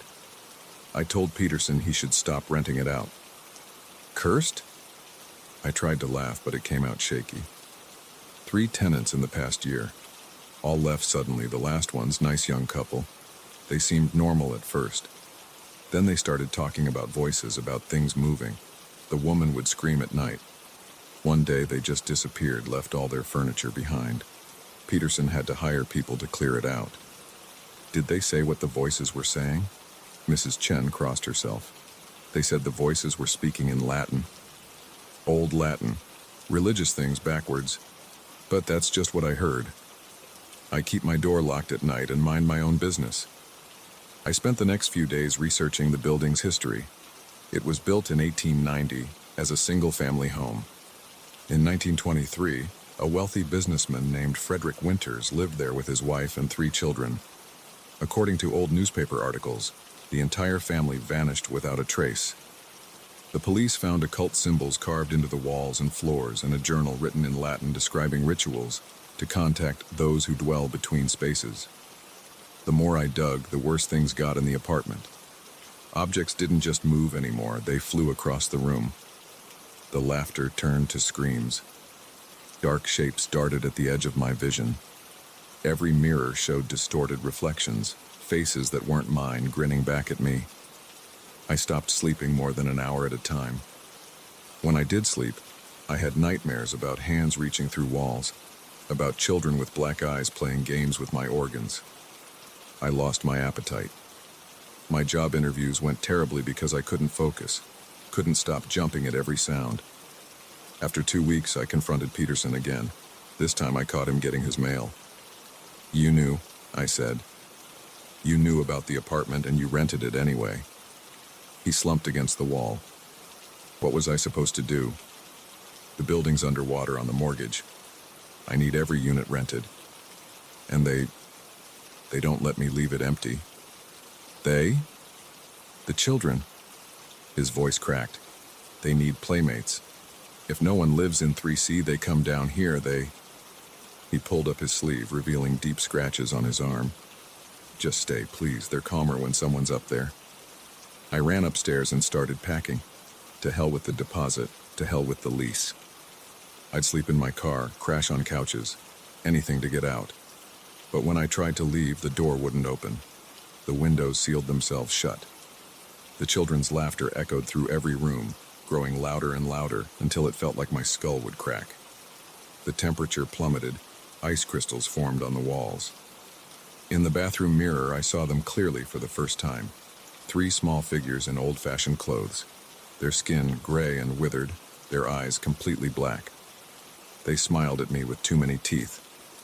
"Play with us," they said in unison. Their voices hurt my ears like feedback from a microphone. "Stay and play forever." The lights went out. In the darkness, I felt small hands grabbing my arms, my legs, my throat. They were so cold they burned. I tried to scream, but no sound came out. I don't remember what happened next. I woke up in the hospital 3 days later. The doctor said I was found wandering downtown in my underwear, severely dehydrated and hypothermic, muttering in Latin. There were scratches and bruises all over my body. Peterson visited me once. He looked even worse than before, his eyes sunken and haunted. "I'm sorry," he said, "but better you than me." He left an envelope with my security deposit and first month's rent refund. I moved in with my sister in Chicago after I got out of the hospital. I still have nightmares about those black eyes, those small, cold hands. Sometimes I hear distant giggling in empty rooms, and every now and then I find my possessions arranged in spiral patterns while I sleep. I check apartment listings sometimes. 3C is available again, now for just $600 a month. Such a steal in this market. I wonder who'll be desperate enough to take it next. I should call and warn them, but I won't. Better them than me.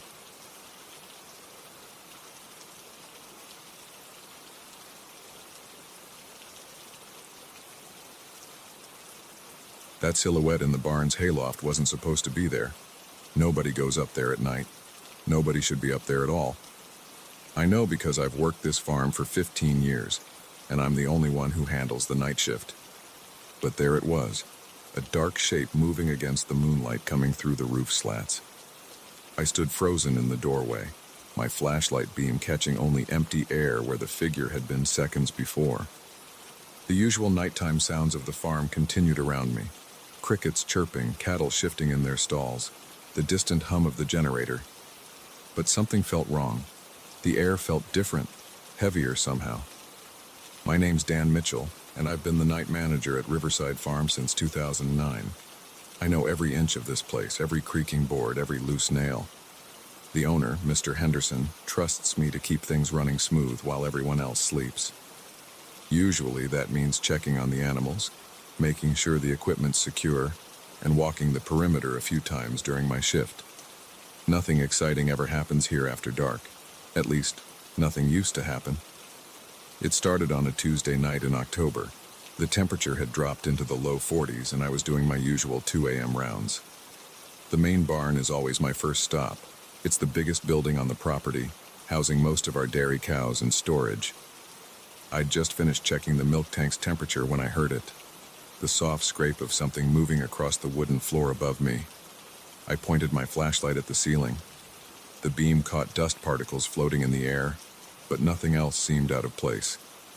Then I heard it again, a definite shuffling sound coming from the hayloft. My first thought was raccoons.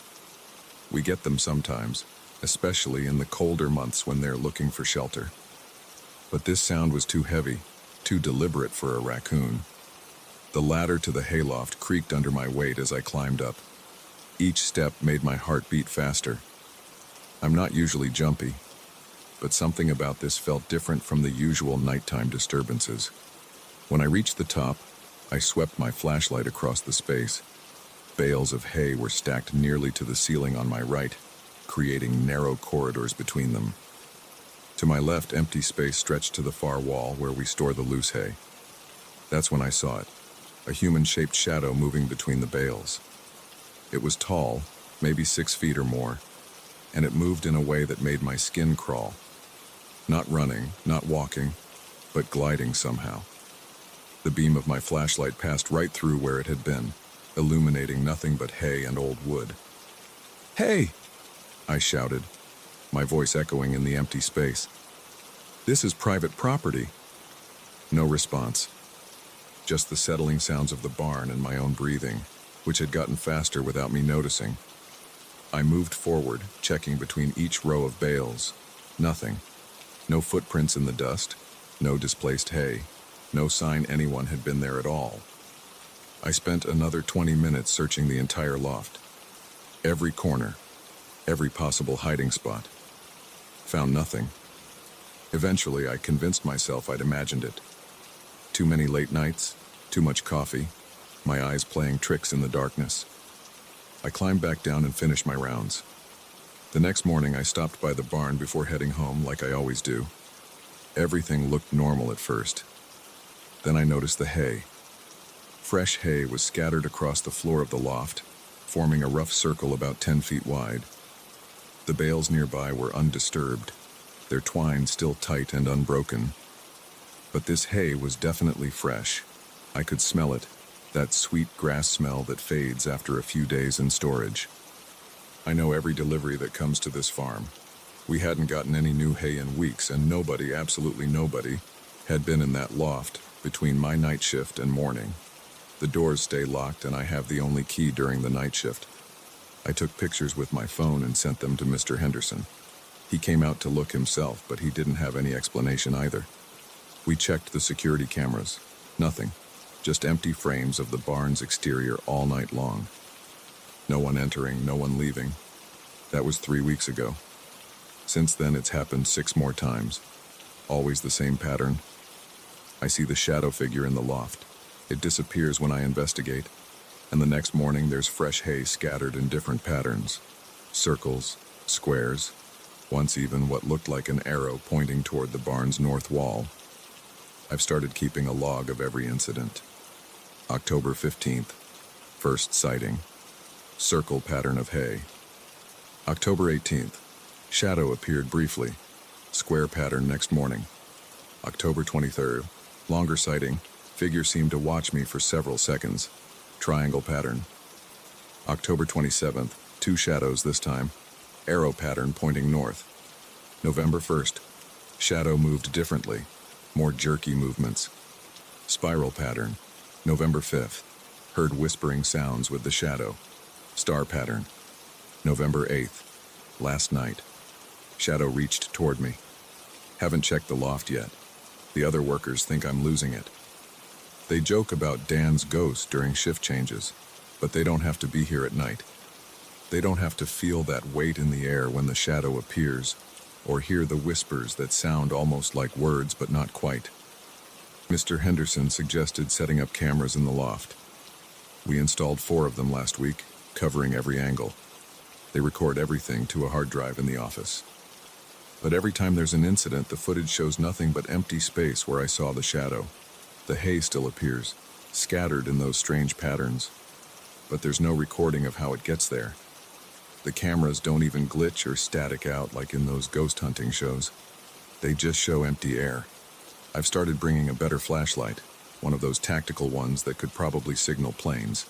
It doesn't make any difference. The shadow still appears and the beam still passes right through it. I've tried setting up tripwires, spreading flour on the floor to catch footprints, even bringing in my German Shepherd Rex one night. The dog just whined and refused to climb the ladder. Last night was different, though. Last night it changed everything. I was doing my usual 2 a.m. check when I heard something new from the loft. Singing. Not words exactly, but a melody that made my teeth hurt and my head spin. I almost didn't climb up. Almost called Mr. Henderson and quit right there.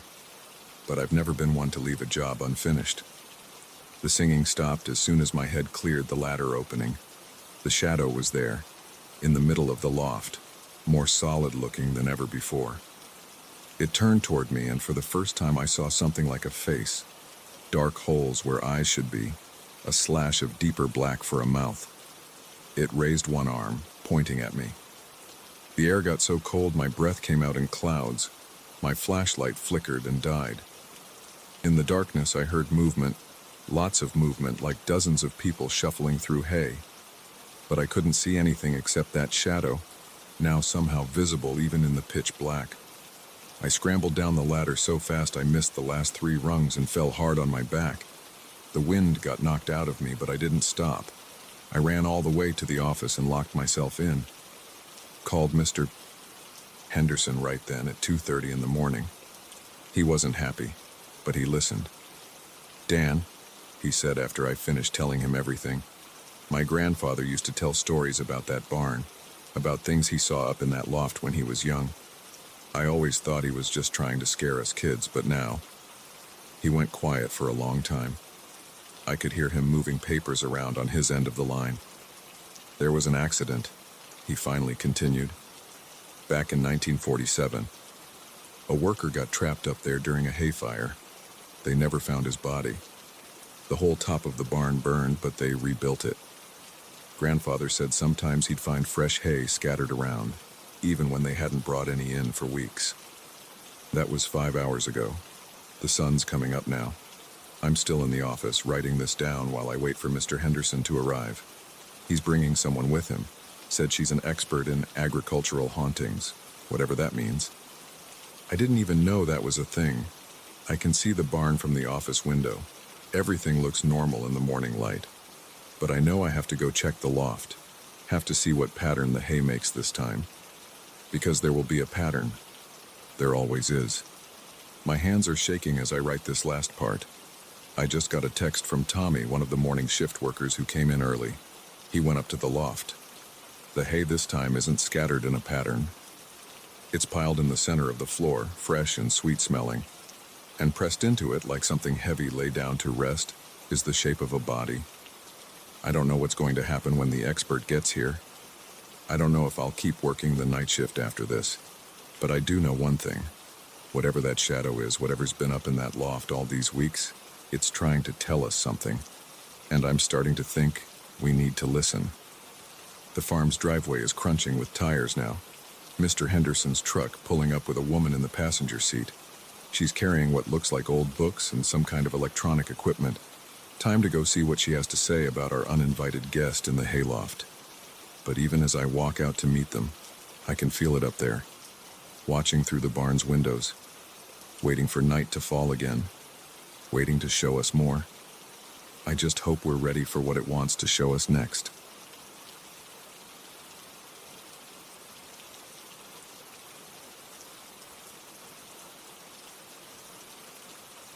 The clock on my phone showed 3:17 a.m. when the portrait moved. I know because I checked the time right after I jerked awake, heart pounding against my ribs. The old woman in the black dress stared straight at me from her golden frame, her head tilted at an angle that hadn't existed when I'd gone to bed. I'd chosen room 412 at the Blackwood Hotel specifically for its historical charm. The front desk clerk had mentioned it was one of their heritage rooms, preserved to look exactly as it had in 1922 when the hotel first opened. The dark wooden furniture, brass fixtures, and vintage photographs lining the walls appealed to my interest in history. But now, lying in the antique four-poster bed with sweat beading on my forehead, that charm felt more like a trap. I first noticed something was off about the portrait when I was unpacking earlier that evening. The woman looked to be in her 60s, wearing a high-necked black dress typical of the Victorian era. Her gray hair was pulled back severely from her face, and her thin lips were set in a stern line. But it was her eyes that caught my attention, dark brown and unnaturally sharp.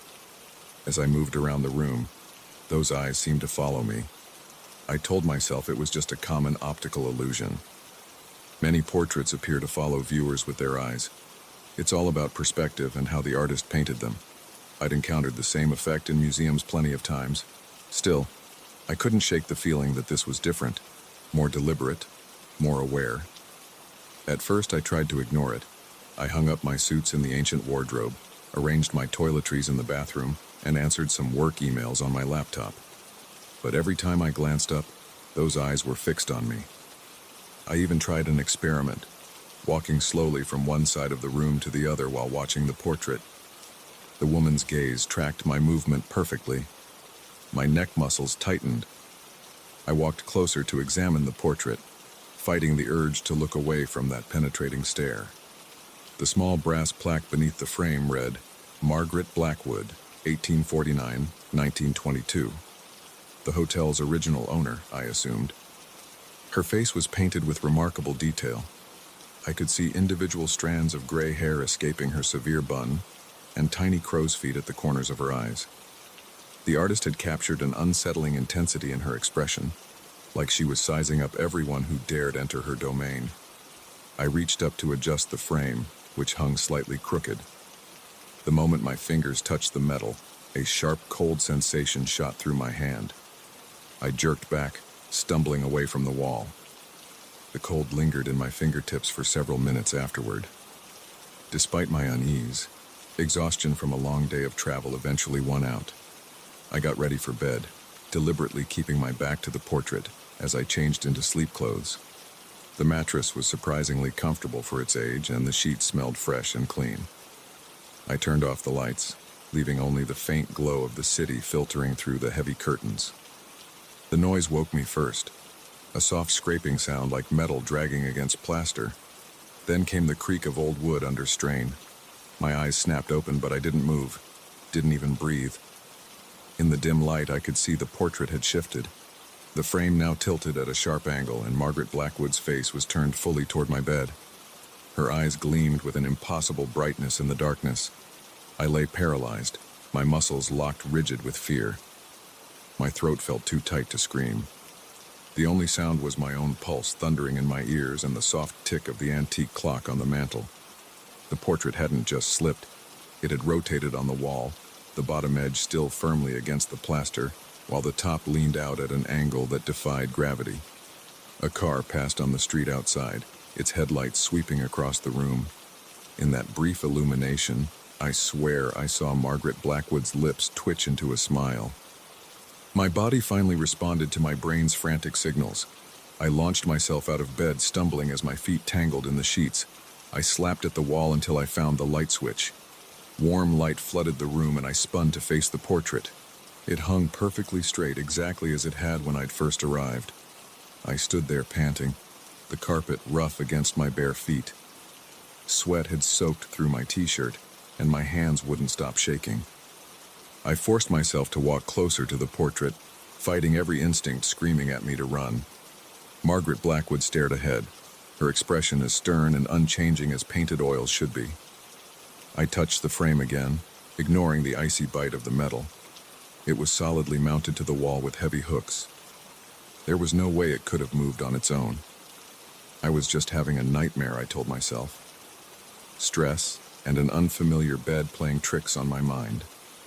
The bedside clock read 3:22 a.m. I had an important meeting at 9 and desperately needed sleep.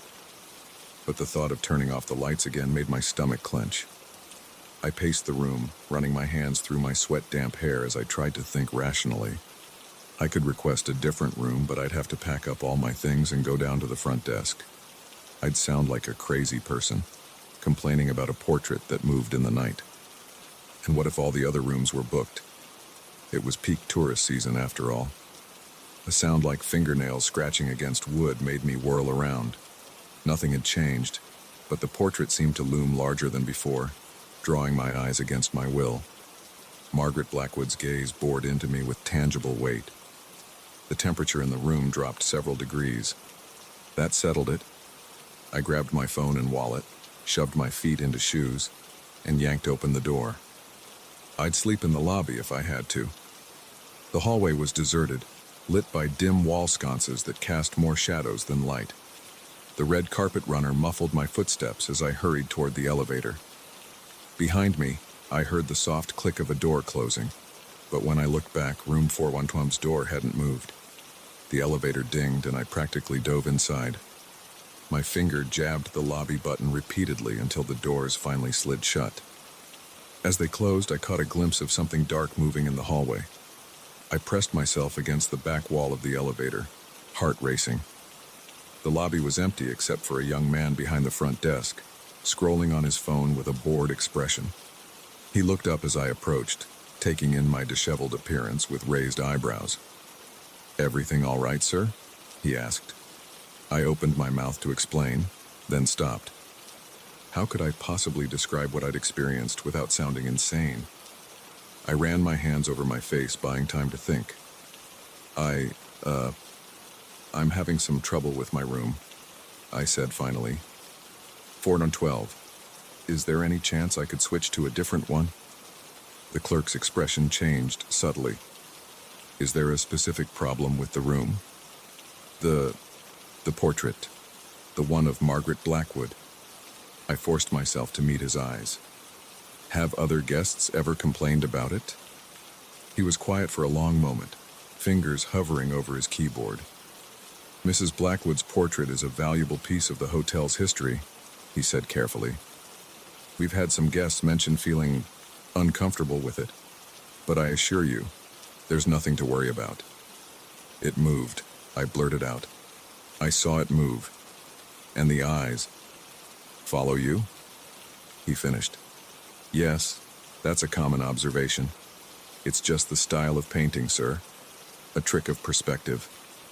"No, you don't understand. It physically moved on the wall. I was asleep and it..." He held up a hand to stop me. "Sir, I apologize, but we're fully booked tonight. I can't move you to a different room. If you'd like, I can have maintenance check the portrait's mounting in the morning to ensure it's secure." My shoulders slumped. I could tell from his expression that pursuing this would get me nowhere. "Fine, thanks anyway." I turned toward the elevator, then stopped. The thought of going back up there made my skin crawl. "Actually, is it all right if I sit down here for a while? I'm having trouble sleeping." "Of course, sir. Would you like some coffee?" I nodded gratefully and sank into one of the lobby's plush armchairs. The clerk brought me a cup of decent coffee, and I spent the next hour trying to convince myself I had imagined everything. But every time I closed my eyes, I saw Margaret Blackwood's face turn toward my bed. Her painted lips curved in that impossible smile.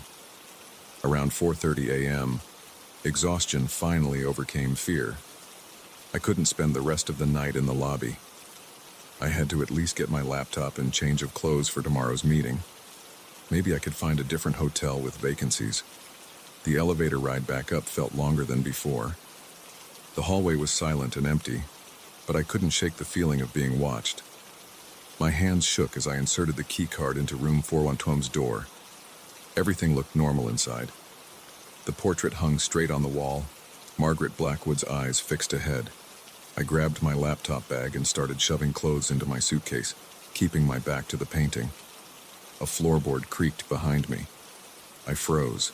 A handful of shirts clutched to my chest. The temperature plummeted until I could see my breath misting in the air. Slowly, so slowly, I turned around. The portrait was gone.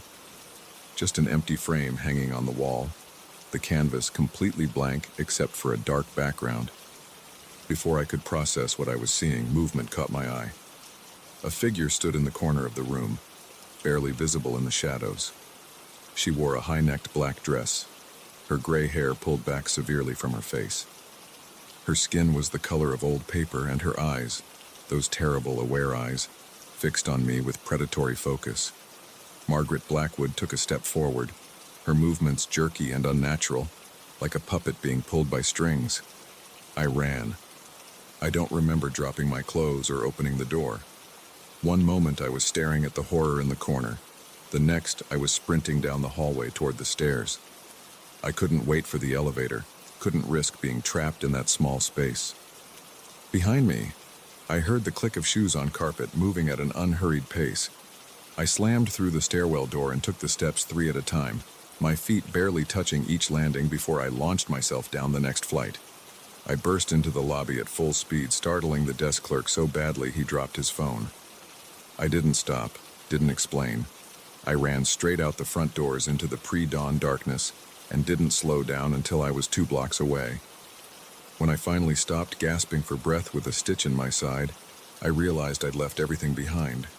My suitcase, laptop, wallet, even my shoes. I had nothing but my phone and the clothes I'd slept in. I called my boss and made up a story about food poisoning to explain missing the meeting. Then I found a 24-hour diner and sat there drinking coffee until my hands stopped shaking. When the sun came up, I called a colleague and borrowed enough money for a cab to the airport. I bought a ticket for the next flight home, not caring about the cost.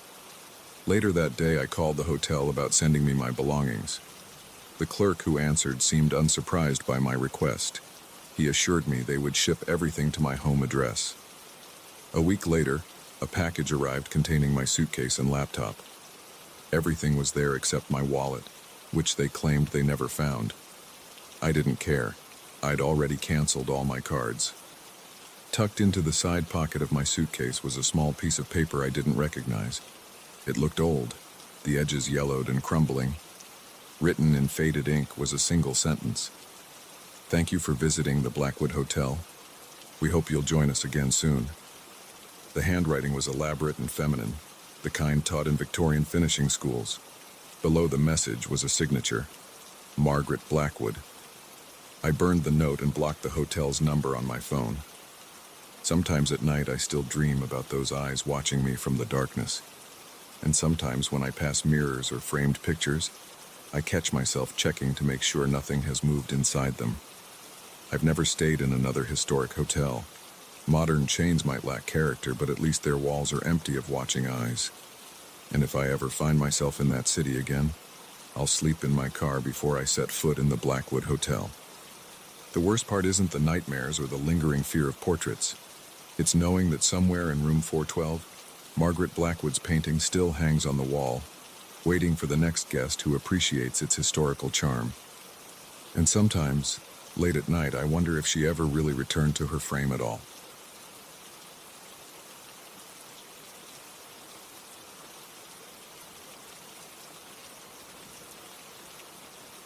I shouldn't have agreed to house sit for Mike. That's what I keep telling myself as I sit in my car outside his house, engine running, hands shaking on the steering wheel. My throat is raw from screaming, and my t-shirt is soaked with sweat. I need to tell someone what happened in there, even if they won't believe me. I have to get it out before I lose my mind. It started 3 days ago. Mike asked me to watch his place while he visited his sister in Portland for a week. Simple enough. Water the plants, bring in the mail, make sure nobody breaks in. The usual stuff. I've known Mike since college, and his house is only 15 minutes from mine in the suburbs. Easy money, I thought. The first 2 days were fine. Boring, even. I'd stop by in the morning before work and again in the evening. Check the doors, adjust the thermostat, water his stupid collection of succulents. Everything normal. Until tonight. I got there around 7 p.m. The sun was setting, casting long shadows across Mike's perfectly manicured lawn. I used my spare key to let myself in through the front door, flipped on the lights, and headed straight for the kitchen to grab a beer from the 6-pack Mike said I could help myself to. That's when I heard it, the sharp crack of static from the living room, followed by a blast of white noise so loud it made me jump and splash beer down my shirt. The TV had turned itself on. Not just on, but at maximum volume, filling the house with the sound of electronic snow. I walked into the living room expecting to see that I'd accidentally sat on the remote or something. But the remote was still on the coffee table, untouched. The screen flickered with black and white static, pulsing like it was alive. I grabbed the remote and hit the power button. Nothing happened. I pressed it again, harder this time. The static continued screaming through the speakers. Fine, I thought. I'll just unplug it.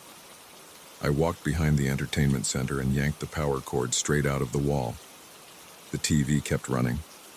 My hand froze on the unplugged cord as I stared at the screen, still dancing with static. That's not possible, I told myself. But there it was, playing at full volume without any power source. I hit the physical power button on the side of the TV. Nothing. I ran my hands over the back of the set, checking for backup batteries or some other power source.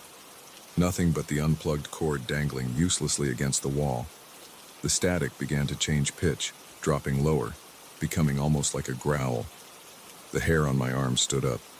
The temperature in the room seemed to drop 10 degrees in an instant. I backed away from the TV, my heart pounding against my ribs. That's when the static started forming shapes. At first I thought my eyes were playing tricks on me, but no. There were definitely patterns emerging in the electronic snow. Dark spots coalescing into something that looked almost like a face. 2 black holes for eyes, a gaping mouth. It was there for just a second before dissolving back into random noise, but I saw it. I know I saw it. I ran to the kitchen and grabbed my phone. I had to call Mike, tell him something was wrong with his TV. But when I tried to dial, all I got was static through the speaker. The same staticky noise that was still blaring from the living room. My phone's screen flickered and went black. The overhead light started to flicker too, pulsing in rhythm with the static. On off like a strobe light at a club. In the flashes, I saw my shadow on the kitchen wall, except it wasn't moving the way I was moving. It was turning to look at me, even though I was standing perfectly still. I ran for the front door. The handle was ice cold to the touch and it wouldn't turn. I threw my whole body against it, but it was like trying to move a concrete wall. The windows were the same, completely immovable, despite being unlocked. The static from the TV grew louder, filling my head until I could barely think. The lights went out completely, leaving only the ghostly glow from the television. As my eyes adjusted to the darkness, I realized the static wasn't just coming from the TV anymore. It was everywhere, seeping out of the electrical outlets, crawling along the walls like living frost, filling the air with crackling energy that made my skin crawl. I heard footsteps upstairs. Slow, heavy footsteps that couldn't belong to anyone who was supposed to be in this house. They moved across the ceiling, heading for the stairs. I pressed myself against the wall, trying to control my breathing. The steps reached the top of the staircase. The static changed again, forming words this time, not spoken, more like they were being carved into my brain directly through my ears. "Join us," it said over and over, the words pulsing in time with my racing heartbeat. "Become signal." The temperature dropped even further. I could see my breath now, little clouds of vapor that seemed to get sucked toward the TV screen. The footsteps started down the stairs, slow and deliberate. Through the flickering light from the television, I caught glimpses of a figure, tall, impossibly thin, its head twitching side to side like a bad video feed. I grabbed the nearest weapon I could find, a heavy glass vase from the entryway table. The figure reached the bottom of the stairs. In the TV's strobing light, I saw its face, or rather, the absence of a face. Where features should have been, there was only static, shifting and swirling like a miniature version of the television screen. It reached for me with hands made of visual noise, fingers elongated and jerking like broken antenna. I threw the vase as hard as I could. It passed right through the figure and shattered against the wall. The static creature's head snapped toward the sound, giving me an opening. I ran for the kitchen. The drawers were rattling in their tracks now, the silverware inside clinking together like wind chimes in a storm. Every electronic device in the kitchen sparked to life. The microwave, the coffee maker, the digital clock on the stove, all of them spewing static. The refrigerator door swung open on its own, cold air spilling out along with that same ghostly electronic noise. I could feel it behind me, getting closer. The air crackled with electricity, making my hair stand on end. My skin tingled like I was about to be struck by lightning. I dove for the back door, expecting it to be locked like the front, but it opened. I nearly fell face first onto the deck. The static followed me outside, pouring from the house like smoke. The motion sensor lights in the backyard exploded in a shower of sparks. I ran across the lawn, not daring to look back. The grass crunched under my feet, frozen despite the summer heat. When I reached my car, the electronic key fob wouldn't work. I had to unlock the door manually with the physical key, my hands shaking so badly I could barely get it into the lock. As I yanked the door open, I finally looked back at the house. Every window was glowing with that same static, pulsing like a heartbeat. And in every window there were faces, dozens of them, all made of shifting electronic snow, all staring directly at me. The static figure stood in the doorway, its body now stretching impossibly tall, head brushing against the top of the frame. I threw myself into the driver's seat and jammed the key into the ignition. The car's electronics went haywire, dashboard lights flashing, radio scanning through stations at light speed, wipers slapping back and forth. But the engine started. I slammed it into reverse and floored it, tires screeching on the pavement. As I peeled away from the curb, I saw something in my rearview mirror that made my blood run cold.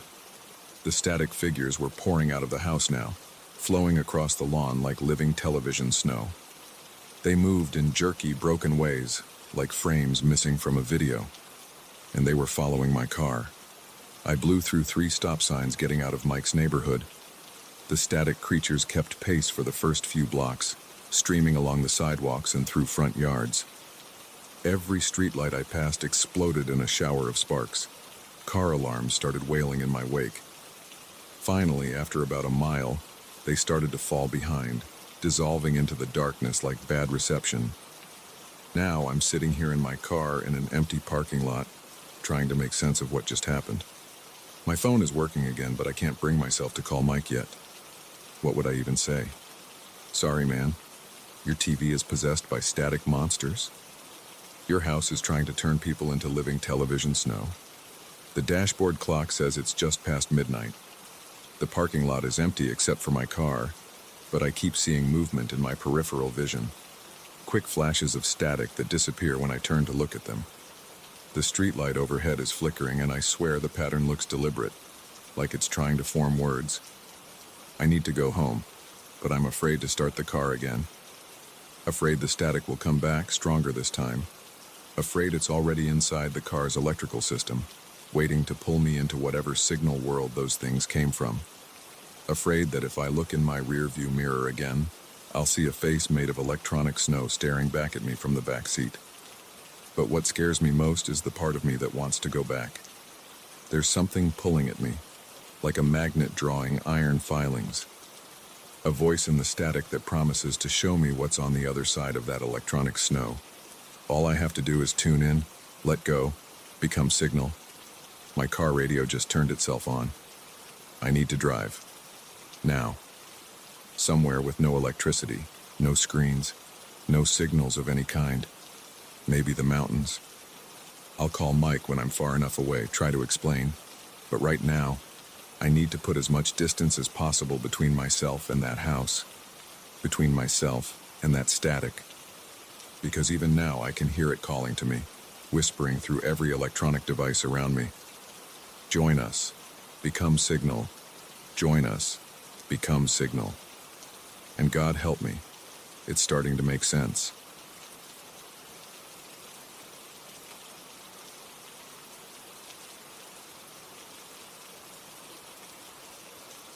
The dish slipped from my hands and clattered in the sink.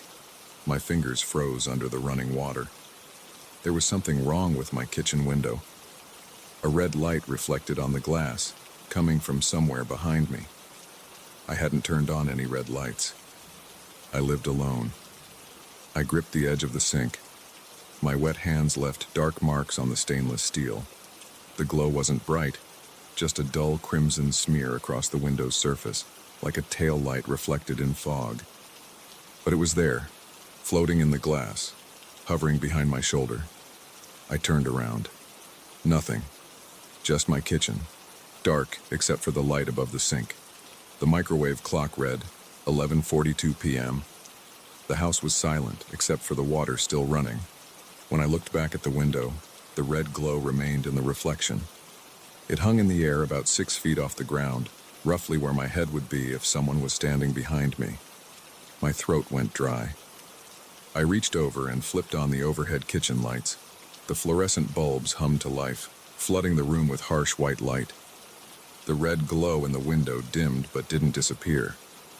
"Must be something outside," I muttered. My voice sounded strange and hollow in the empty kitchen. I leaned forward and cupped my hands against the glass, peering out into the night. My backyard was pitch black. No red lights, no car tail lights, nothing that could be causing the reflection. Just darkness pressing against the window. The water was still running. I turned it off and the sudden silence felt heavy. My heart thumped against my ribs.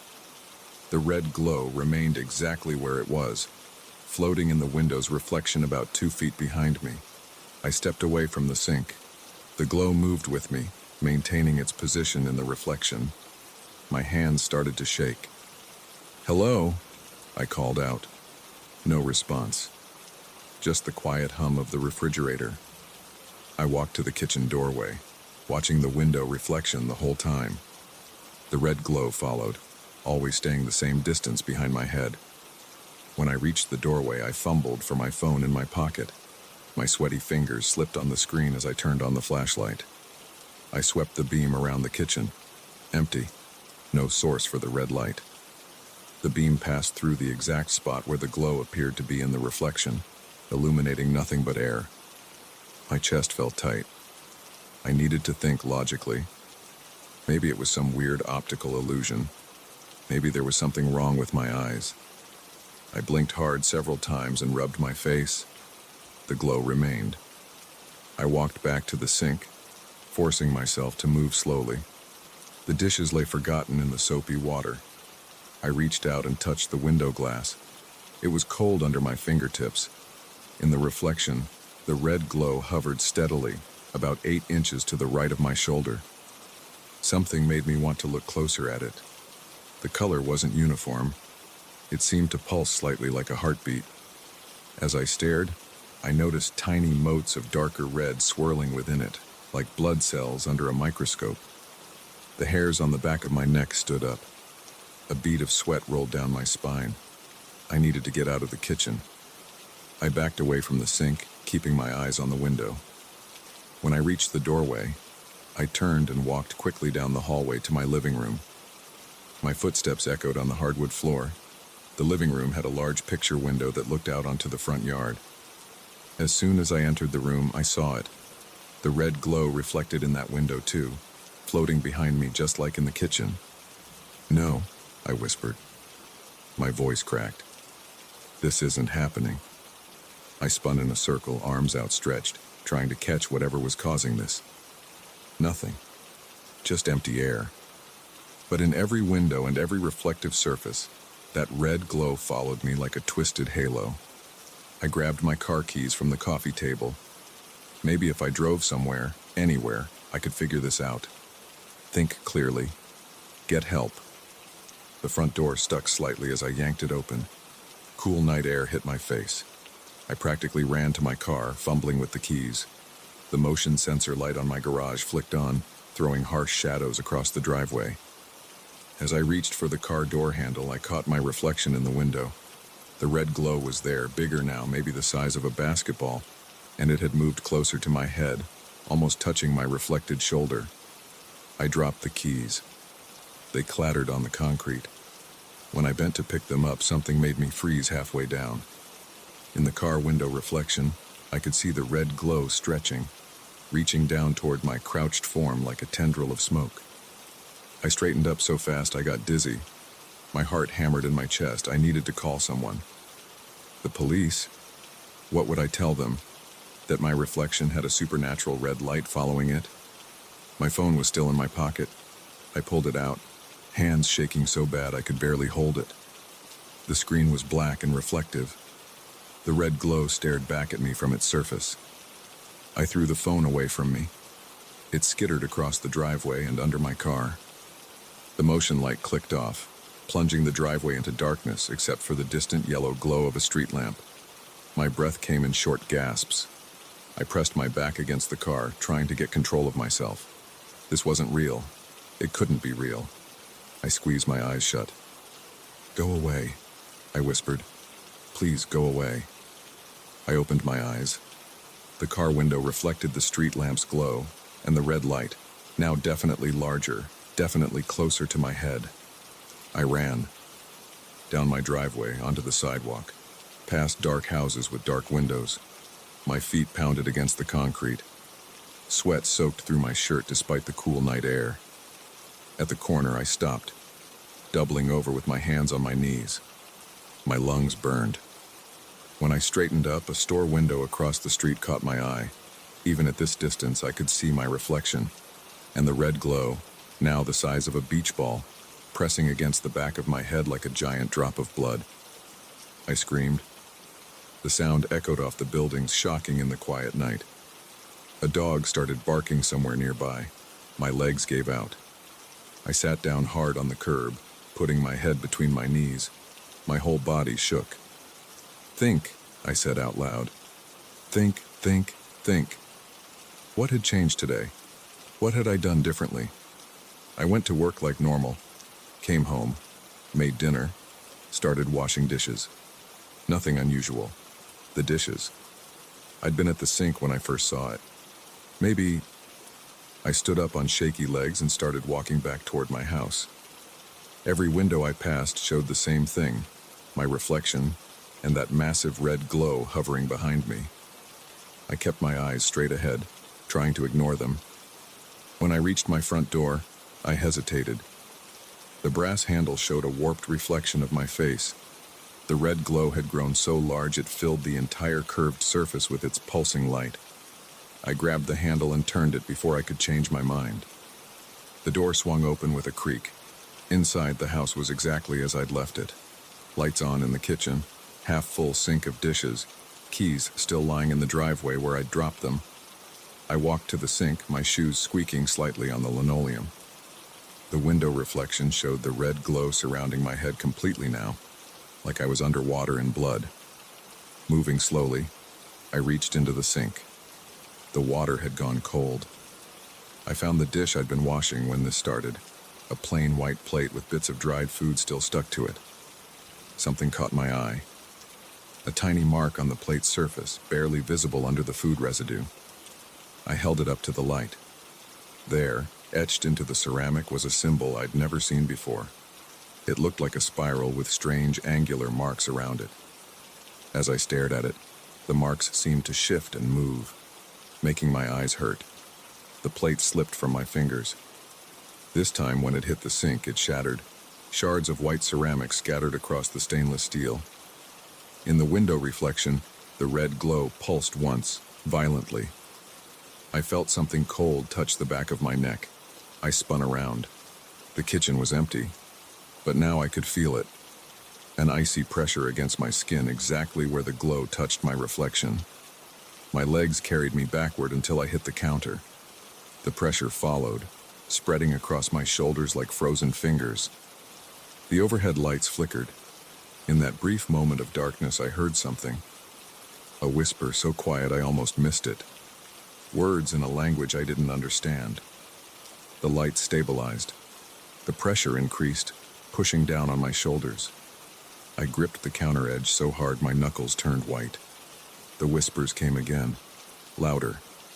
They seemed to come from inside my own head.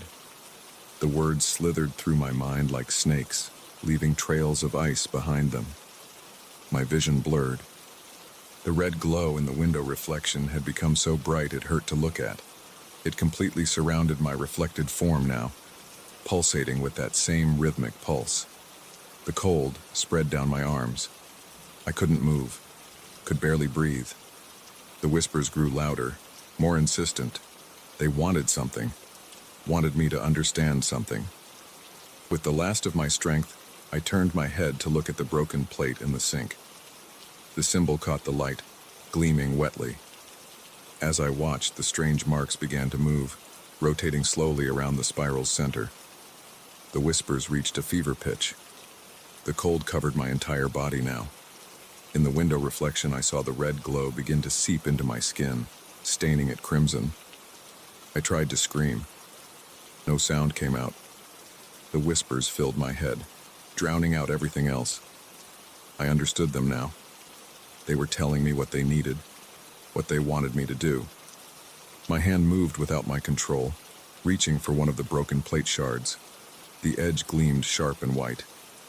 The last thing I saw in the window reflection was my face, pale and drawn, as the red glow poured into my eyes like liquid fire. Then the lights went out, and the whispers told me exactly what to do next.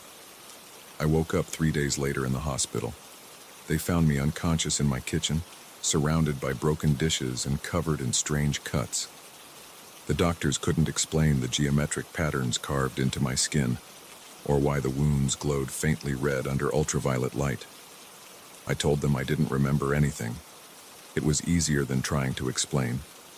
But sometimes, late at night, I hear the whispers again. And when I look in mirrors or windows, I see a faint red glow hovering just behind my shoulder, waiting. They're still here, still watching, still hungry.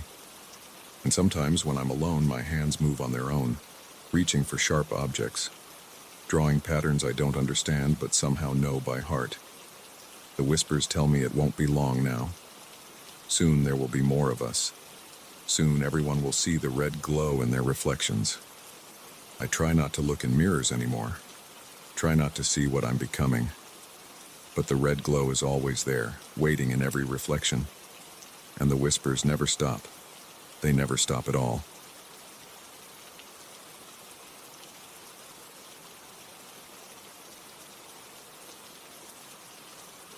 I shouldn't have checked the doorbell footage that morning. Some things you can't unsee. Some things change everything you thought you knew about your quiet suburban life. It started on a Tuesday in October. I was drinking coffee, scrolling through my phone notifications before heading to work. The Ring app showed multiple motion alerts from the night before, all between 3 and 3:15 a.m. I almost deleted them without watching. Almost.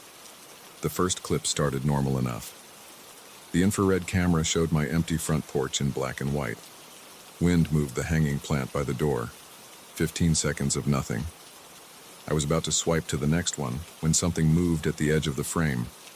A figure stepped into view. Tall, wearing dark clothes. They walked slowly across my porch, footsteps completely silent on the wooden boards. Their head was lowered, face hidden by what looked like a hood. My coffee went cold in my hand as I watched. The figure reached the end of the porch and just stood there, not moving, not doing anything, just standing perfectly still for almost a minute. Then their head turned, slowly, mechanically, until they were staring directly into the camera. I dropped my phone. The face, Jesus, the face. It was pale white, almost glowing in the infrared light, but wrong somehow. The proportions were off. The eyes too large, too dark, the mouth stretched too wide. I picked up my phone with shaking hands and forced myself to keep watching. The figure held that stare for 30 more seconds before turning and walking out of frame. The next clip started immediately after.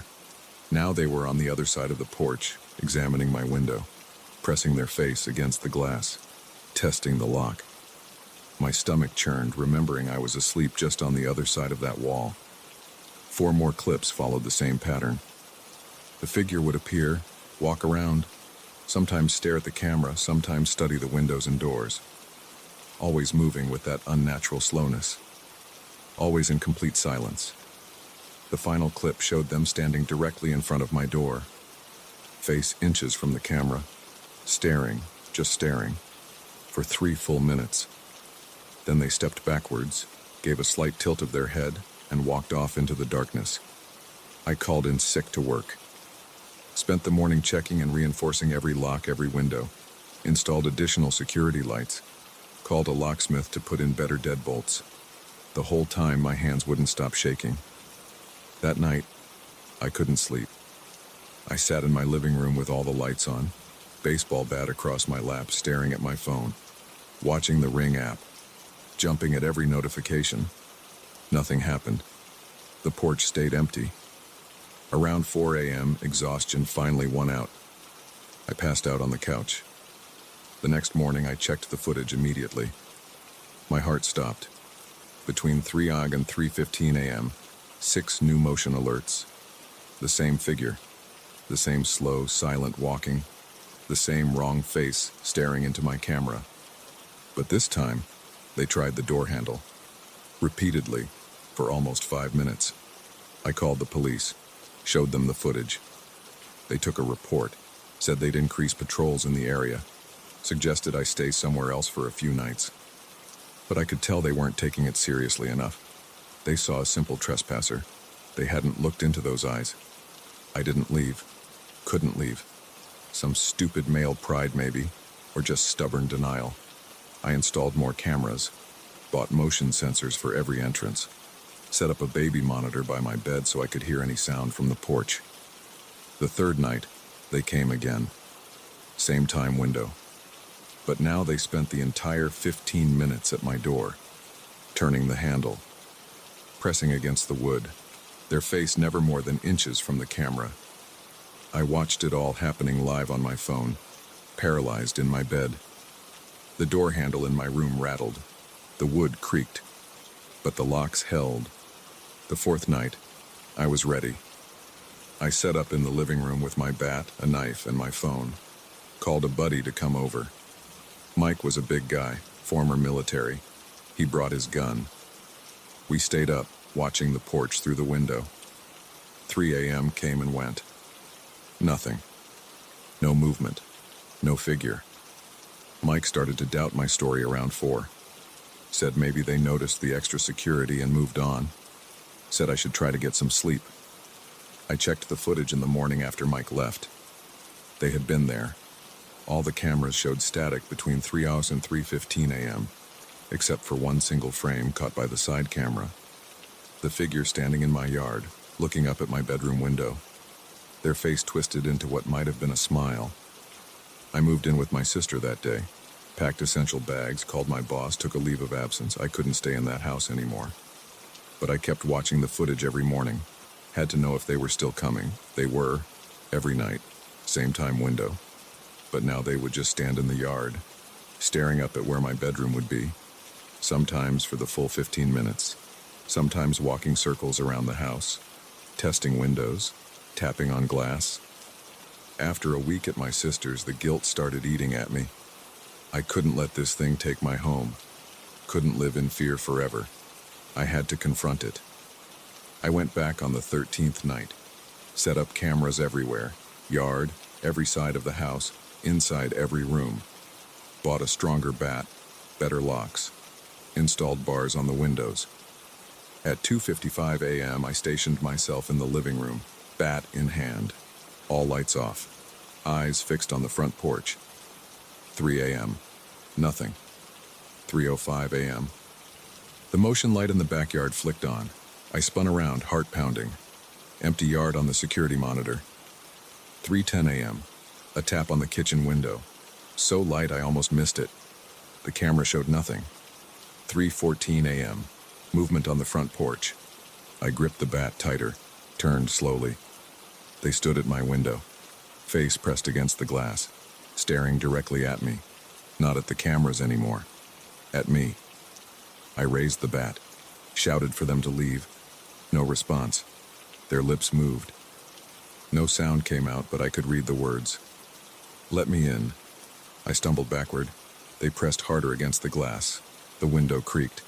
Let me in, let me in, let me in.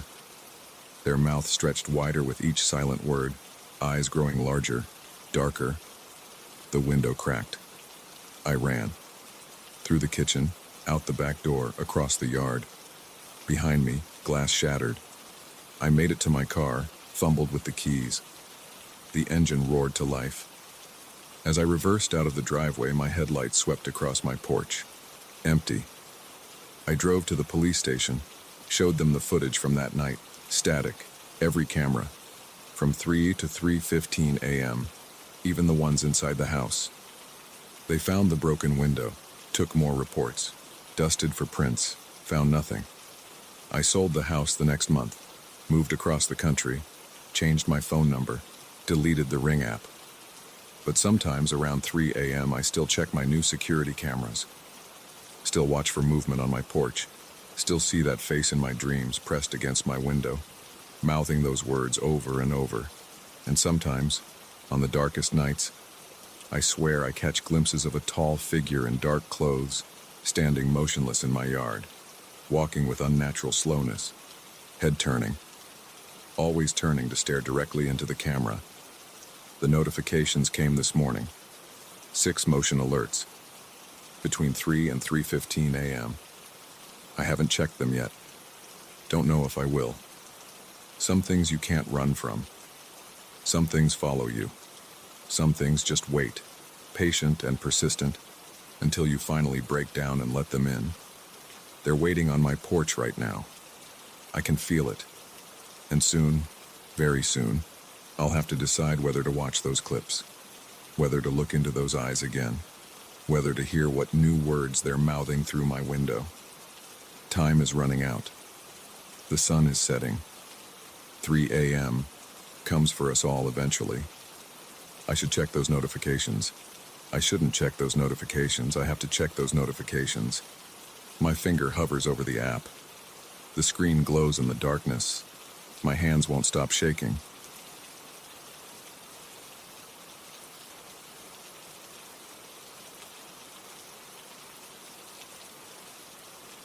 The first call came at 2:47 a.m. on a Tuesday. I remember the exact time because I checked my phone's screen, cursing whoever was calling me at that hour.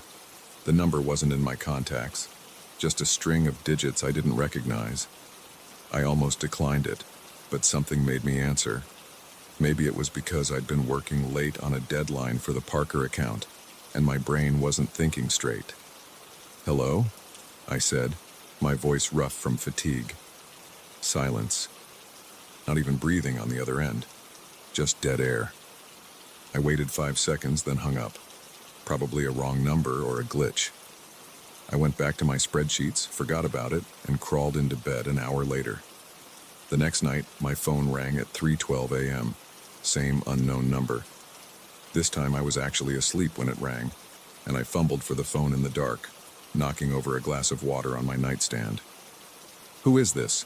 I demanded, more irritated than anything else. Again, silence. I hung up after 3 seconds. I blocked the number before going back to sleep. Fat lot of good that did. The third night, at 2:55 a.m., my phone rang with a different unknown number. I hadn't even fallen asleep yet. I'd been lying in bed, staring at the ceiling, half expecting the call. My hand was already reaching for the phone before the first ring finished. This time, I said nothing. I just held the phone to my ear and listened. The silence stretched for 10 seconds. 15. Then I heard it. A soft exhale, barely audible. Could have been static, could have been wind, but it wasn't. I sat up in bed, fully awake now. "I can hear you," I said. The line went dead. By the fourth night, I'd started recording the calls. I sat in my home office with my laptop open, a recording app ready. The call came at 3:33 a.m. Different number again. This time, there was definitely breathing on the other end.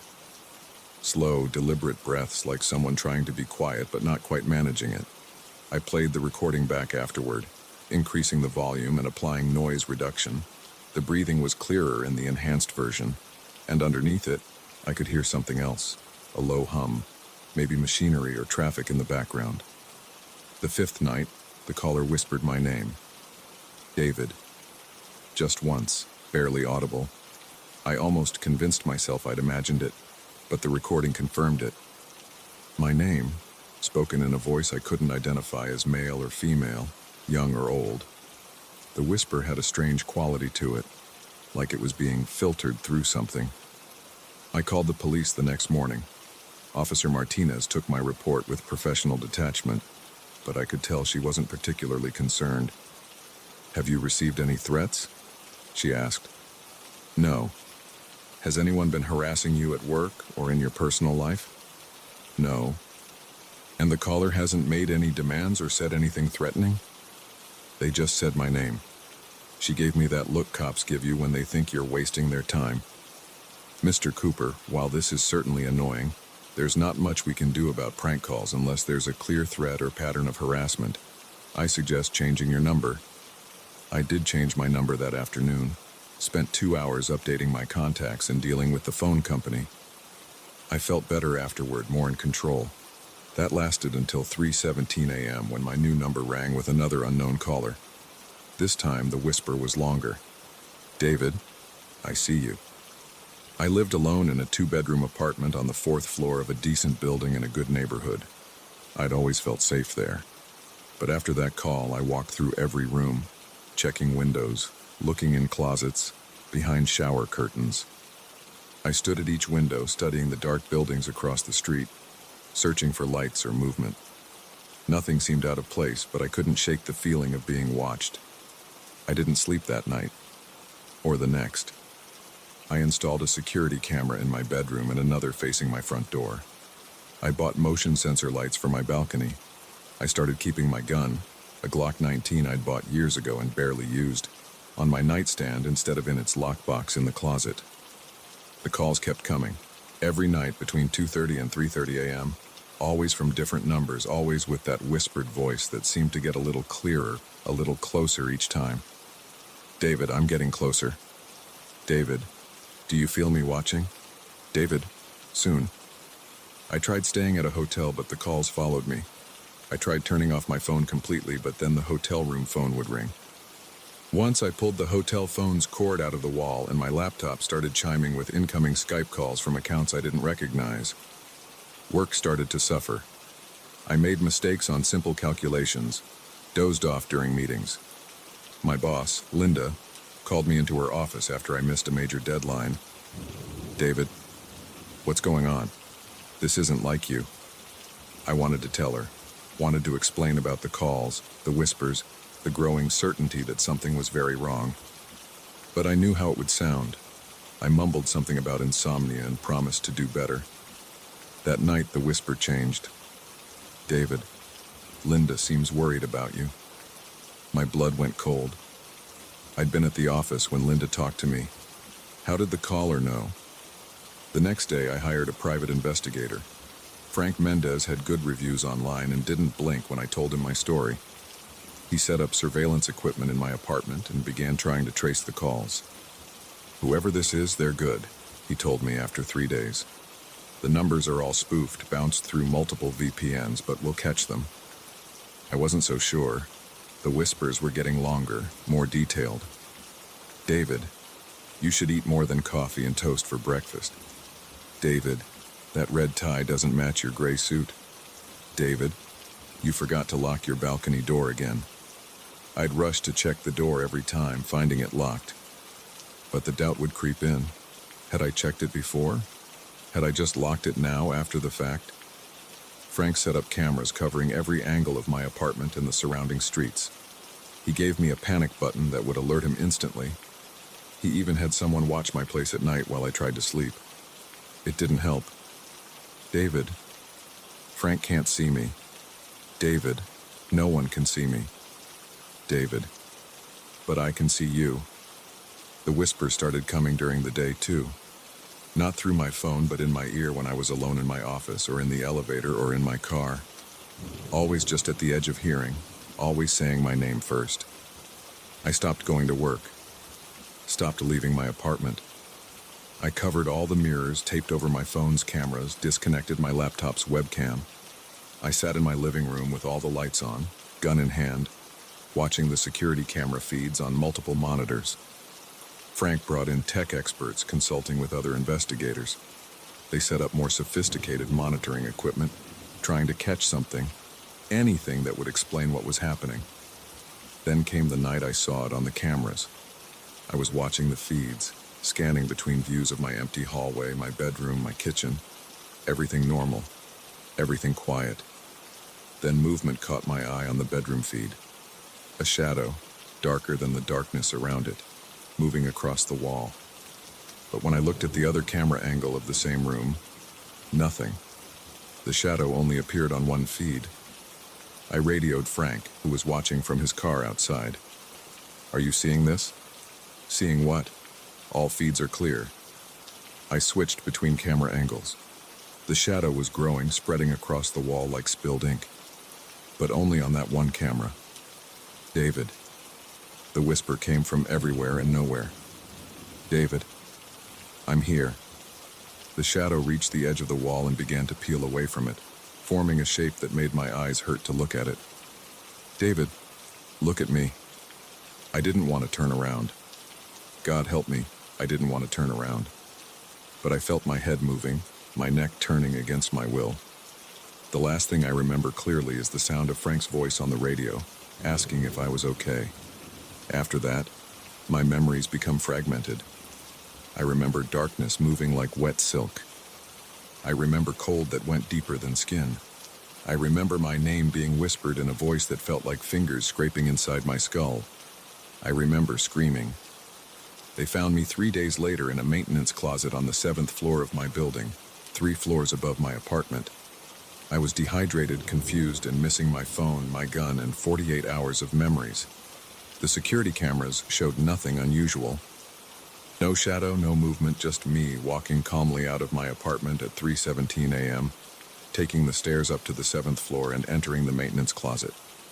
The cameras didn't record me screaming. They didn't record the darkness moving against the walls. They didn't record anything at all unusual. I spent 2 weeks in the hospital. The doctors called it a psychotic break brought on by severe insomnia and stress. They gave me medication that made the world feel soft and distant. They recommended extended rest and therapy. I moved in with my sister in another state, changed my name, started over. But sometimes, in the dead hours of the night, my new phone rings. And before I can stop myself, I answer. "David." The whispers have found me again, and this time they're getting louder. They're...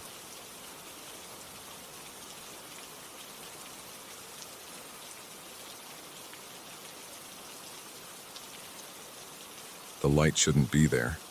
I know this house is empty. I just bought it 2 days ago. Yet there it is, a yellow glow coming from the attic window, visible from where I stand in the driveway. My hand tightens around my car keys, the metal edges digging into my palm. The November wind whips around me and my breath comes out in white puffs in the cold air. I've spent the last 3 hours moving boxes from my apartment, and this is the first time I've noticed it. The real estate agent gave me all the keys yesterday, and I made sure every room was locked before I left. No one else should be here. I walk up to the front door, my footsteps crunching on dead leaves. The porch light flickers as I fumble with the lock. Inside, the house is silent except for the hum of the heating system. The hardwood floors creak under my feet as I move through the empty living room. My footsteps echo off the bare walls. The stairs to the 2nd floor are straight ahead. I stop at the bottom, looking up. The stairwell is dark and I can't see the top. My hand finds the light switch on the wall, and I flip it on. Nothing happens. The bulb must be burned out. I pull out my phone and turn on the flashlight. The beam cuts through the darkness, illuminating the wooden steps. They're covered in a thin layer of dust. No one has walked up here recently. My heart pounds against my ribs as I climb, one step at a time. Each board groans under my weight. At the top of the stairs, I pause. The hallway stretches out in front of me, with 3 closed doors on the left and 2 on the right. At the end is another door, the entrance to the attic. I shine my light on it. It's an old wooden door with peeling white paint and a brass knob.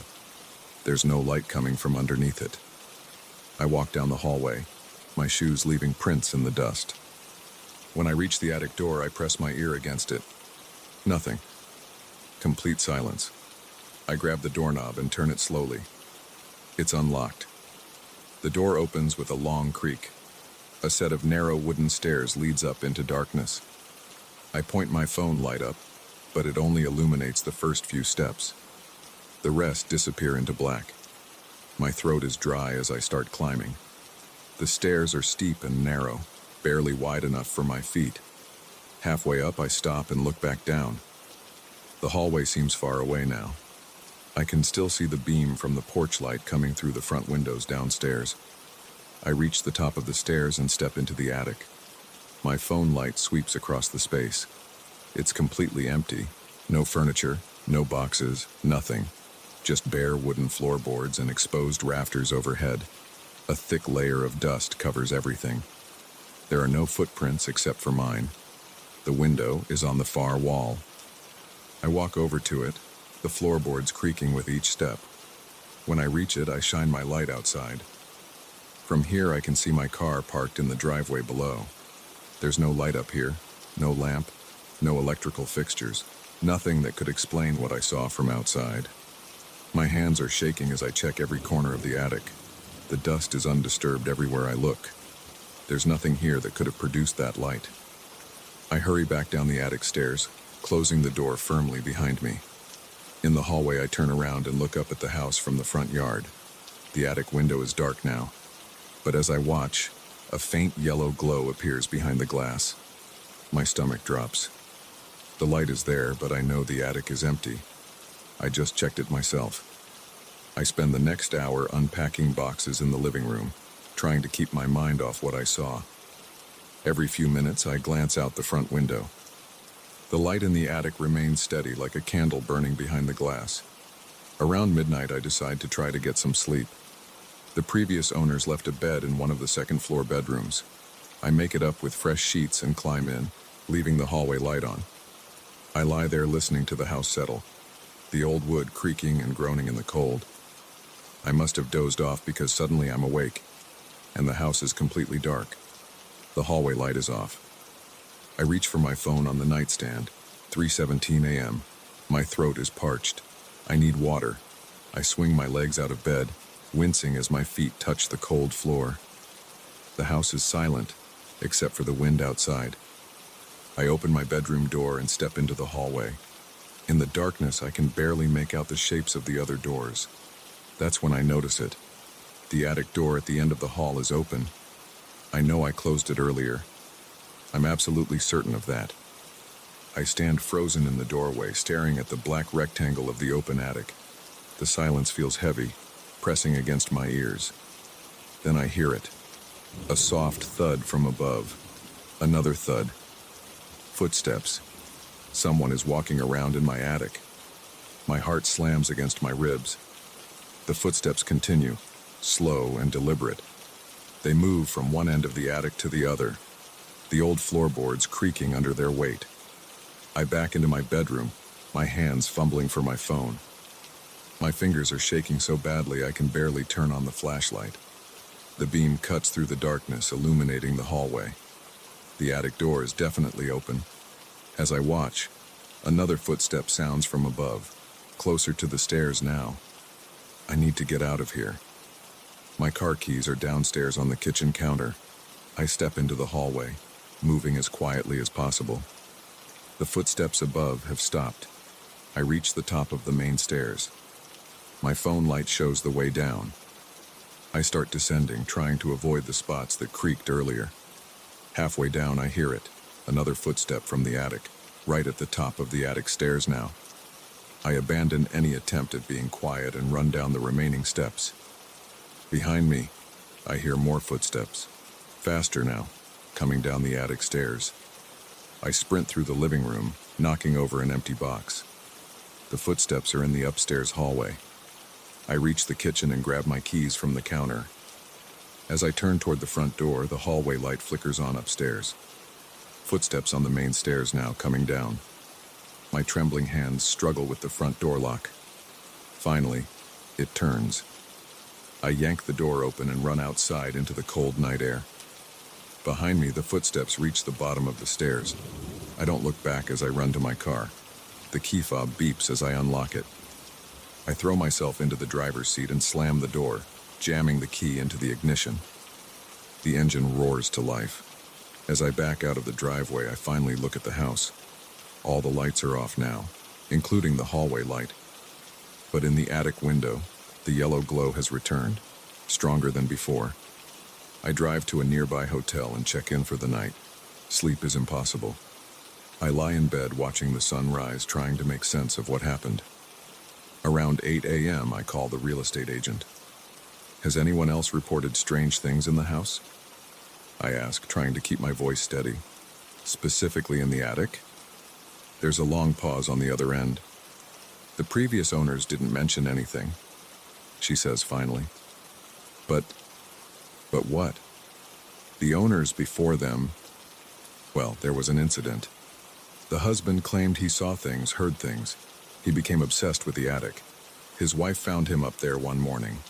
He'd hanged himself from the rafters. My mouth goes dry. When was this? 1987. The house was empty for almost a year after that. No one wanted to buy it. She pauses again. I should have told you, but we're legally only required to disclose deaths within the last 3 years. I hang up and sit on the hotel bed, staring at the wall. The sun is fully up now. In a few hours, I need to go back to the house to get my things. I can't leave them there. But first, I need to research something. I pull out my laptop and start searching newspaper archives. It takes several hours, but I finally find what I'm looking for. A small article from 1987 about the suicide. The man's name was Robert Chen. He bought the house in early 1987 and died 3 months later. The article includes quotes from his wife. In the weeks before his death, Robert became convinced someone was living in the attic. He claimed he saw lights up there at night, heard footsteps. He started sleeping in the hallway, watching the attic door. The doctors diagnosed him with paranoid delusions. But the part that makes my blood run cold is his wife's description of the night before his death. She woke up around 3 a.m. and found him standing in the hallway, staring at the open attic door. He told her he could hear someone walking around up there. The next morning, she found his body hanging from the attic rafters. The police report noted that despite the thick dust covering the attic floor, there were 2 sets of footprints, Robert's and another set they couldn't identify. I sit back in the hotel chair, my hands shaking. The memory of last night feels too vivid. The open attic door, the footsteps, the light in the window. It wasn't a hallucination.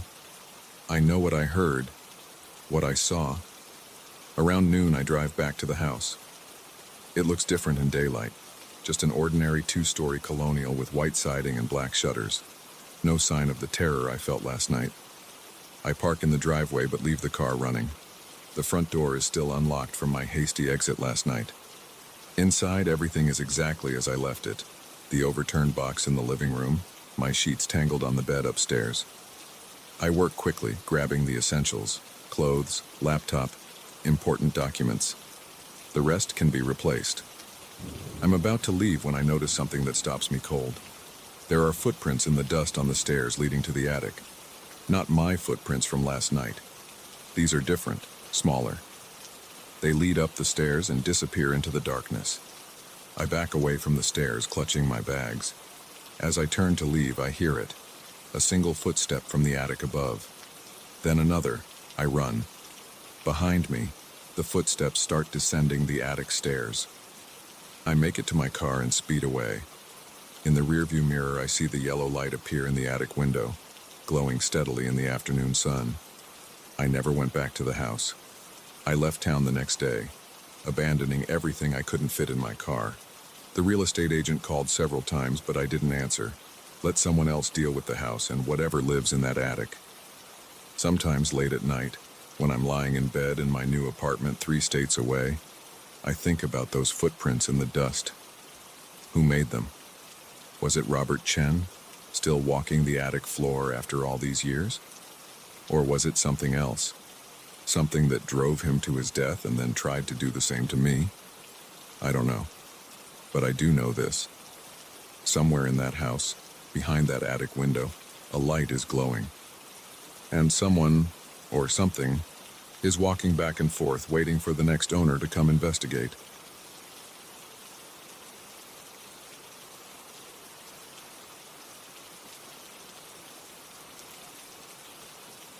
I woke up to take a piss at 2:17 a.m. That's when everything changed. My bedroom door creaked as I pushed it open, and the hallway was darker than usual. The nightlight I always kept plugged in near the bathroom wasn't working.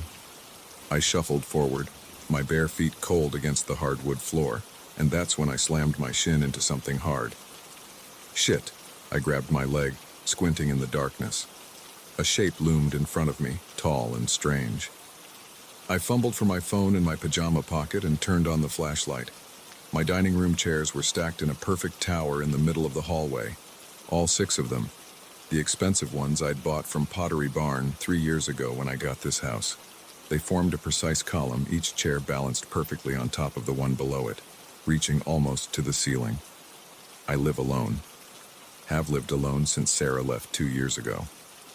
And I know for a fact those chairs were around my dining table when I went to bed at 11 p.m. My heart started hammering in my chest. I swept the phone's light across the hallway, checking every corner, every shadow. Nothing else seemed out of place. The framed photos of my family still hung on the walls. The small table with my keys and wallet was undisturbed. I backed up slowly into my bedroom, my eyes fixed on those chairs. My hands were shaking as I dialed 911. 911, what's your emergency? Someone's been in my house. My voice came out as a whisper. Or maybe they're still here. I live alone, and someone stacked all my dining room chairs in the hallway while I was sleeping. Sir, are you safe right now? I'm in my bedroom. I just found them like this, the chairs.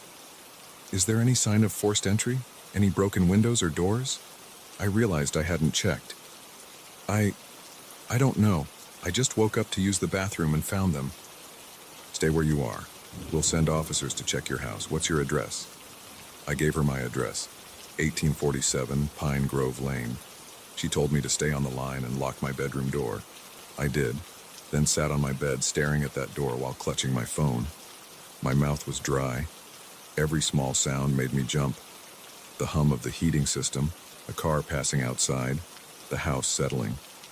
10 minutes later, I heard sirens approaching. They cut off suddenly, and soon there were flashlight beams moving across my front windows. Someone knocked on my front door. Police, Mr. Walker? I made my way downstairs carefully, checking every corner with my phone light. Nothing else was disturbed. When I opened the front door, 2 officers stood there, hands near their weapons. Are you Daniel Walker? I nodded.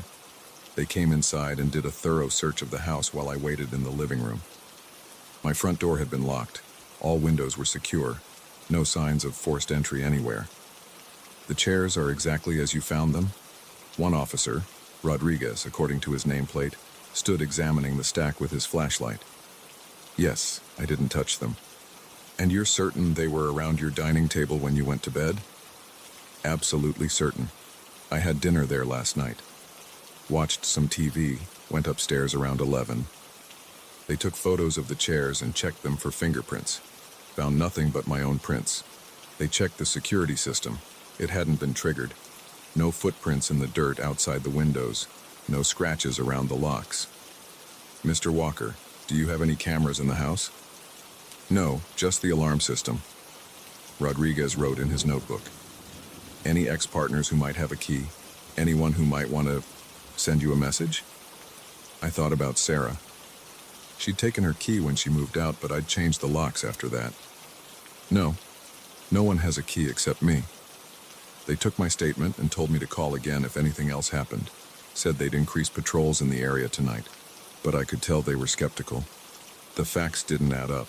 No forced entry, no evidence of anyone else in the house, just these perfectly stacked chairs in my hallway. After they left, I stood staring at the chair tower. Dawn was starting to creep through the windows. I needed to use the bathroom badly. I still hadn't gone since waking up, but I didn't want to walk past those chairs. Finally, my bladder won out. I edged past them, keeping my back to the wall. In the bathroom, I kept the door open, listening for any sound. The house was silent. When I came out, the chairs were gone. My heart nearly stopped. I ran to the dining room. All 6 chairs were back in their places around the table, arranged exactly as they'd been at dinner time. I called 911 again. Different officers came out. They took more photos, more notes, found nothing unusual, suggested maybe I'd been sleepwalking, recommended I see a doctor, set up some cameras. I called in sick to work, spent the morning installing wireless security cameras in every room, living room, dining room, kitchen, hallway, everywhere except the bathroom and bedroom.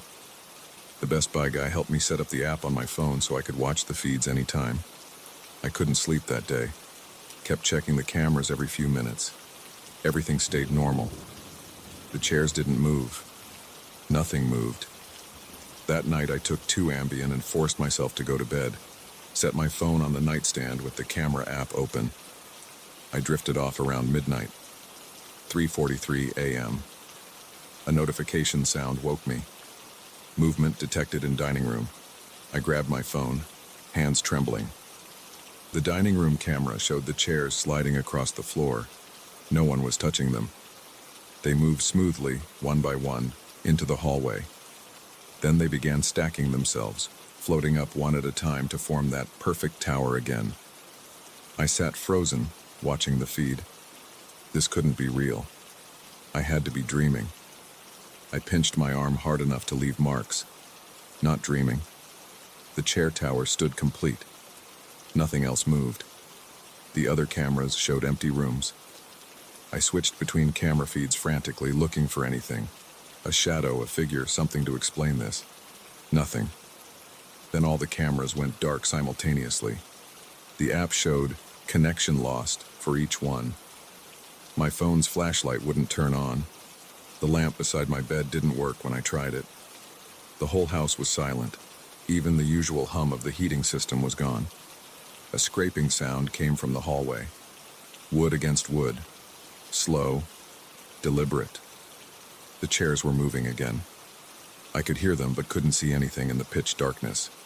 The scraping got louder, closer to my bedroom door. Something knocked on the door. 3 precise taps. I couldn't breathe. Couldn't move. My chest felt like it was being crushed. More knocking. The door handle started to turn slowly.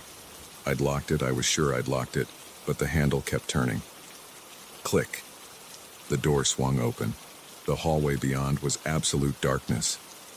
But I could feel something there. A presence. Heavy. Watching. A whisper came from the darkness. My name. Daniel. It was Sarah's voice. But Sarah was dead. Had been dead for 2 years. Car accident on a rainy night. Daniel. Closer now. Something cold touched my face.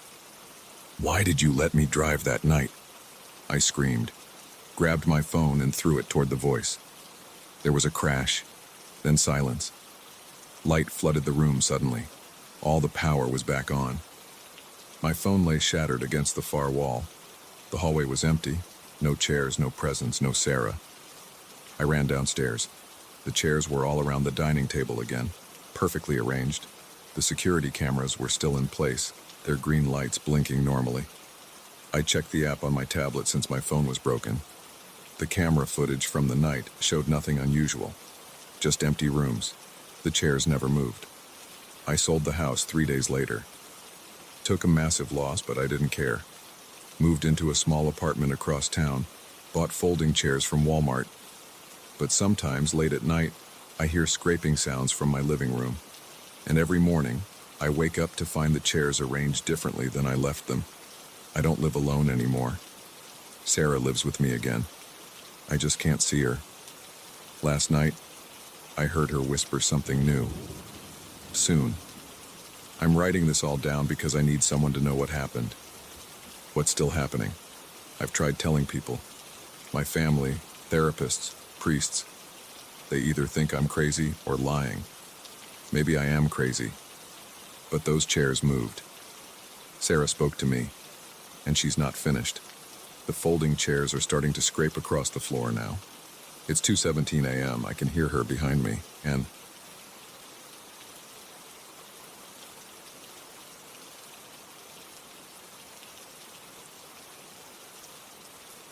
the mattress dipped at 3:47 a.m. I felt it clear as day. Someone was sitting at the foot of my bed. I froze, eyes fixed on the red numbers of my alarm clock. listening to my heartbeat pound in my ears. I worked the night shift at a warehouse in northern New Jersey. Nothing special, just moving boxes and checking inventory until my eyes blur. That night had been particularly rough. 3 guys called in sick, leaving us short-staffed during a major shipment. By the time I got home at 3:30 a.m., my back ached and my feet felt like concrete blocks. I didn't even bother turning on the lights when I walked in. I just kicked off my steel-toed boots, stripped down to my boxers and t-shirt, and collapsed into bed. The sheets were cold against my skin. My apartment was dead quiet except for the hum of the mini fridge in the kitchen and the occasional car passing on the street below. I was drifting off when I felt it. The mattress compressed, like someone had sat down hard at the foot of the bed. The springs creaked. My eyes snapped open. My first thought was that someone had broken in. My apartment's on the 3rd floor, but the fire escape runs right past my bedroom window.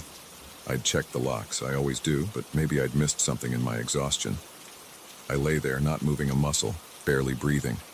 No footsteps, no rustling clothes. No breathing except my own, which came in short, shallow bursts. Just that persistent weight pressing down on the mattress. My hand inched toward the lamp on my bedside table. The cord brushed against my fingers. I wanted to grab it, to flood the room with light, but my arm felt heavy. My chest tightened. Sweat beaded on my forehead despite the cool air from the window AC unit. 5 seconds passed. 10. The weight didn't shift, didn't move. Just stayed there, pressing down, making the springs creak whenever I breathed too deeply. I counted to 3 in my head, then yanked the lamp cord. Light flooded the room. My eyes burned as they adjusted. I blinked hard, heart hammering against my ribs. Nothing. No one was there. But the covers were pressed down in a perfect depression, like someone was still sitting there. I stared at it. The indent was deep, at least 4 or 5 inches. The blanket's fabric pulled tight around the edges of the depression. I reached out with my foot and kicked at the spot. My toes hit nothing but air. The depression remained. I sat up, pressing my back against the headboard. The wood felt cold through my t-shirt. "Hello?" My voice came out as a croak. No response. Just the hum of the fridge and the whoosh of cars outside. I grabbed my phone from the nightstand, called 911, waited through 3 rings before hanging up. What was I going to tell them? That my blanket had a dent in it? The depression stayed there for 2 full minutes. I know because I watched the clock the whole time, gripping my phone so hard my knuckles turned white. Then, without warning, the mattress springs released. The blanket smoothed out like someone had just stood up. I didn't sleep that night. I sat there with every light in the apartment on, watching the spot where the weight had been. Nothing else happened. When the sun came up, I called in sick to work and spent the morning researching the building's history. The apartment complex was built in 1983. No deaths reported in my unit. No mysterious disappearances. Nothing that would explain what happened. I almost convinced myself it had been a hallucination from exhaustion. Almost. But then it happened again the next night, and the night after that. Every night at exactly 3:47 a.m., the weight returns. Sometimes it stays for a few minutes. Sometimes for hours. I've tried sleeping on the couch, but the weight follows me there. I've tried sleeping at friends' houses, but as soon as I'm back home, it starts again. Last night, I set up my phone to record it. The video shows the blanket depressing, clear as day. But there's nothing there. No shadow, no shape. Just empty air pressing down on my bed. I haven't told anyone else about this. They'd think I was crazy. Maybe I am. But I know what I feel every night. I know the wait is real. The worst part isn't the fear anymore, it's the waiting. Lying there each night watching the clock tick closer to 3:47, knowing what's coming. My heart starts racing around 3:30. By 3:45, I'm drenched in sweat. Sometimes I think about talking to it, asking what it wants. But I'm scared of what might answer. Today I hired movers. I'm breaking my lease. Getting out of here.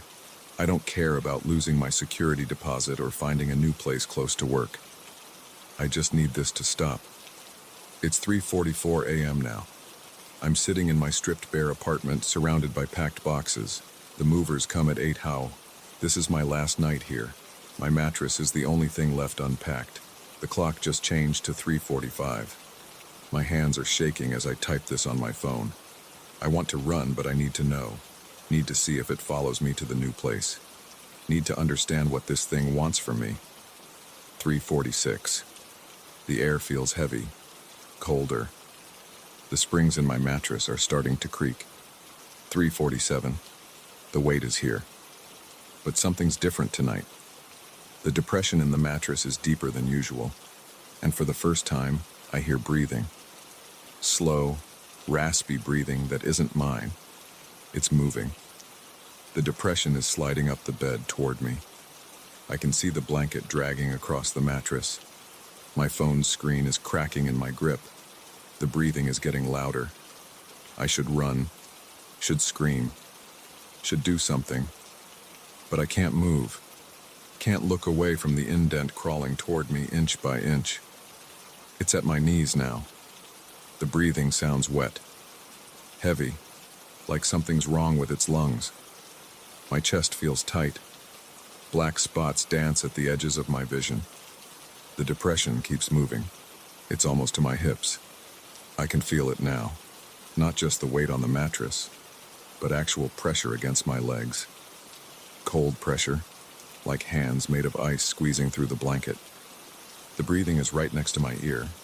I can feel cold air brushing against my neck. Someone's whispering my name.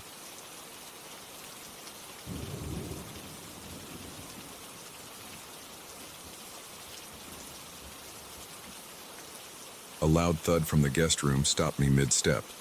I froze in the hallway, still holding my glass of water. The digital clock on the wall showed 11:47 p.m. My wife Sarah was working the night shift at the hospital, and I was alone in our 2-story house. I heard it again, a scraping sound like something heavy being dragged across wood. The guest room was at the end of the upstairs hallway, past our bedroom and the bathroom. We hadn't used it in months, not since Sarah's parents visited for Christmas. My heart pounded against my ribs. I set the water glass down on the hallway table, carefully, trying not to make a sound. The house was dark except for the small nightlight we kept plugged in near the stairs. The scraping stopped, replaced by a soft rustling. I walked toward the guest room. The carpet muffled my footsteps. My hands felt cold and clammy. I reached for my phone in my pocket, but it wasn't there. I'd left it charging downstairs in the kitchen. The guest room door was closed. It shouldn't have been. We always kept it open to help with air circulation. I stood there, listening. More rustling came from inside, followed by what sounded like hangers clicking against each other in the closet. My fingers wrapped around the doorknob. The metal felt ice cold against my palm. I turned it slowly, trying to minimize the sound of the mechanism. The door creaked as I pushed it open. I'd been meaning to oil those hinges for weeks. The room was dark.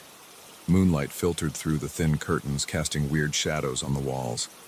Everything looked normal at first. The queen-sized bed with its blue comforter, the wooden dresser, the small desk in the corner. Then I noticed the closet door was open. It shouldn't have been. I fumbled for the light switch, flicking it on. The sudden brightness made me squint. The closet was a mess. Clothes that had been hanging neatly were now scattered on the floor. A winter coat lay crumpled in the corner. Hangers dangled empty on the rod. I stepped into the room, my bare feet sinking into the carpet. The air felt different, colder somehow. As I got closer to the closet, I saw something that made my stomach drop. A single footprint in the dust on the hardwood floor inside the closet. It was bigger than my foot. Much bigger. I wear a size 10. This print looked like it came from someone wearing at least a size 14 or 15. The shape was clear in the dust. A deep heel impression, a distinct arch, 5 toe marks at the front. I backed away from the closet. My throat felt tight. We lived in a good neighborhood. I always locked the doors and windows before going to bed. I'd done it tonight, same as always. I'd even double-checked the back door after taking out the trash.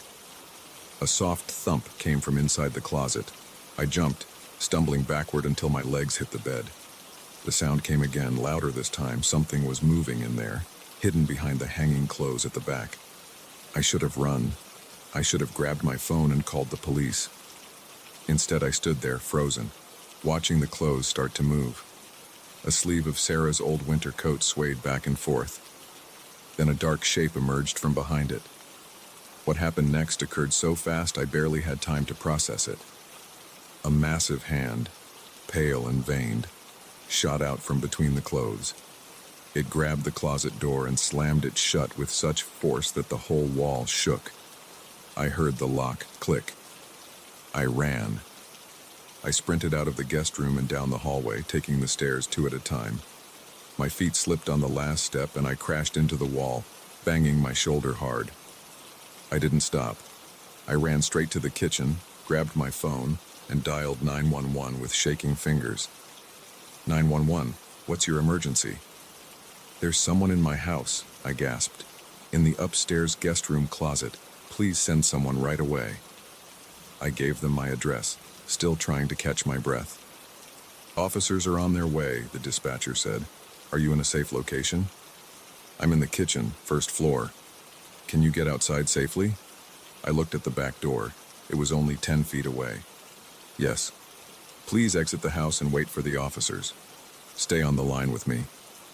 I walked backwards toward the door, keeping my eyes on the kitchen entrance. The deadbolt turned smoothly. It was already unlocked. My stomach lurched. I distinctly remembered locking it earlier. The night air was cool on my face as I stepped onto the back porch. I could hear sirens in the distance, getting closer. The dispatcher kept talking to me, asking questions about what I'd seen. I answered automatically, my attention fixed on the upstairs windows of my house. The guest room light was still on. As I watched, a shadow moved past the window. It was huge, much taller than any normal person should be. The curtain twitched aside for a split second and I caught a glimpse of something looking down at me. Something with eyes that reflected the moonlight like a cat's. The sirens were very close now. Red and blue lights flashed at the end of my street. The shadow vanished from the window. I heard heavy footsteps upstairs running, then silence.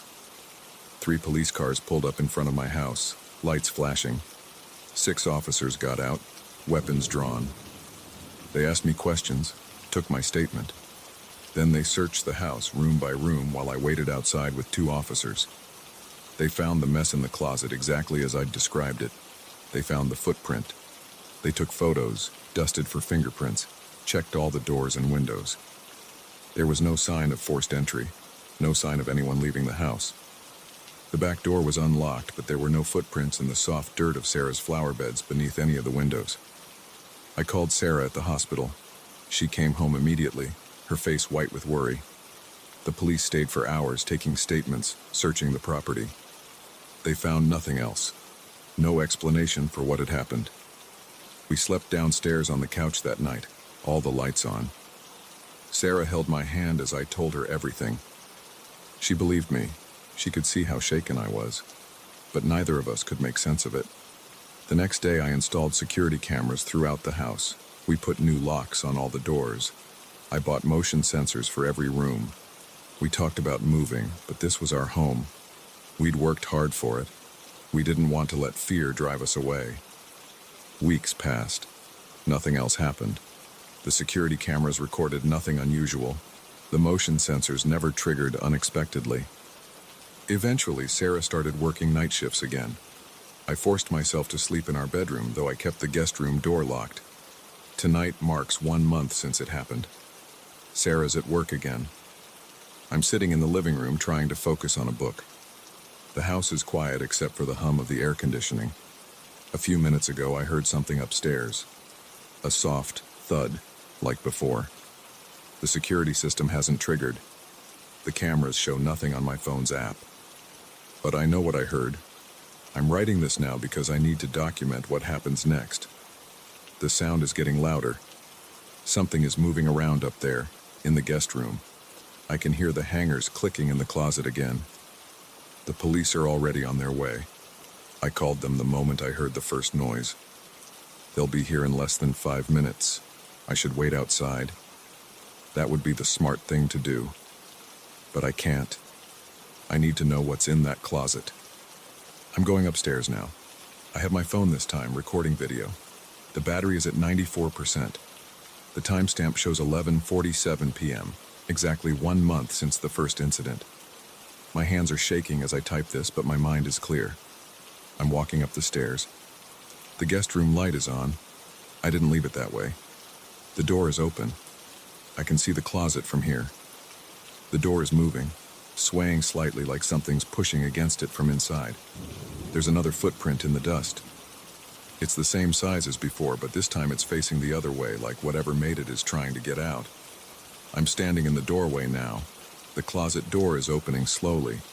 I can see something moving in the darkness beyond the hanging clothes. Something big. The air feels wrong, heavy and cold. My phone screen is glitching, the image breaking up into static. There's a hand reaching out. Pale, veined, bigger than before. I can see the arm it's attached to now. It keeps going, impossibly long, unfolding from the darkness like a telescope extending. The fingers are stretching toward me, each one as long as my forearm. The police sirens are close. Red and blue lights are flashing through the windows, but they won't make it in time. The hand is almost touching me. I can see what's behind it now.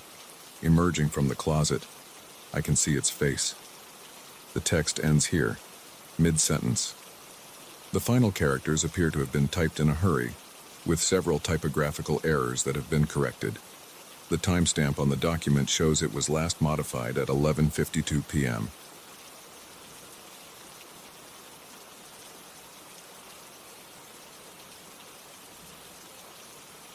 I should have left that damn board at the thrift store. Now I can't sleep, can't eat, can't think straight.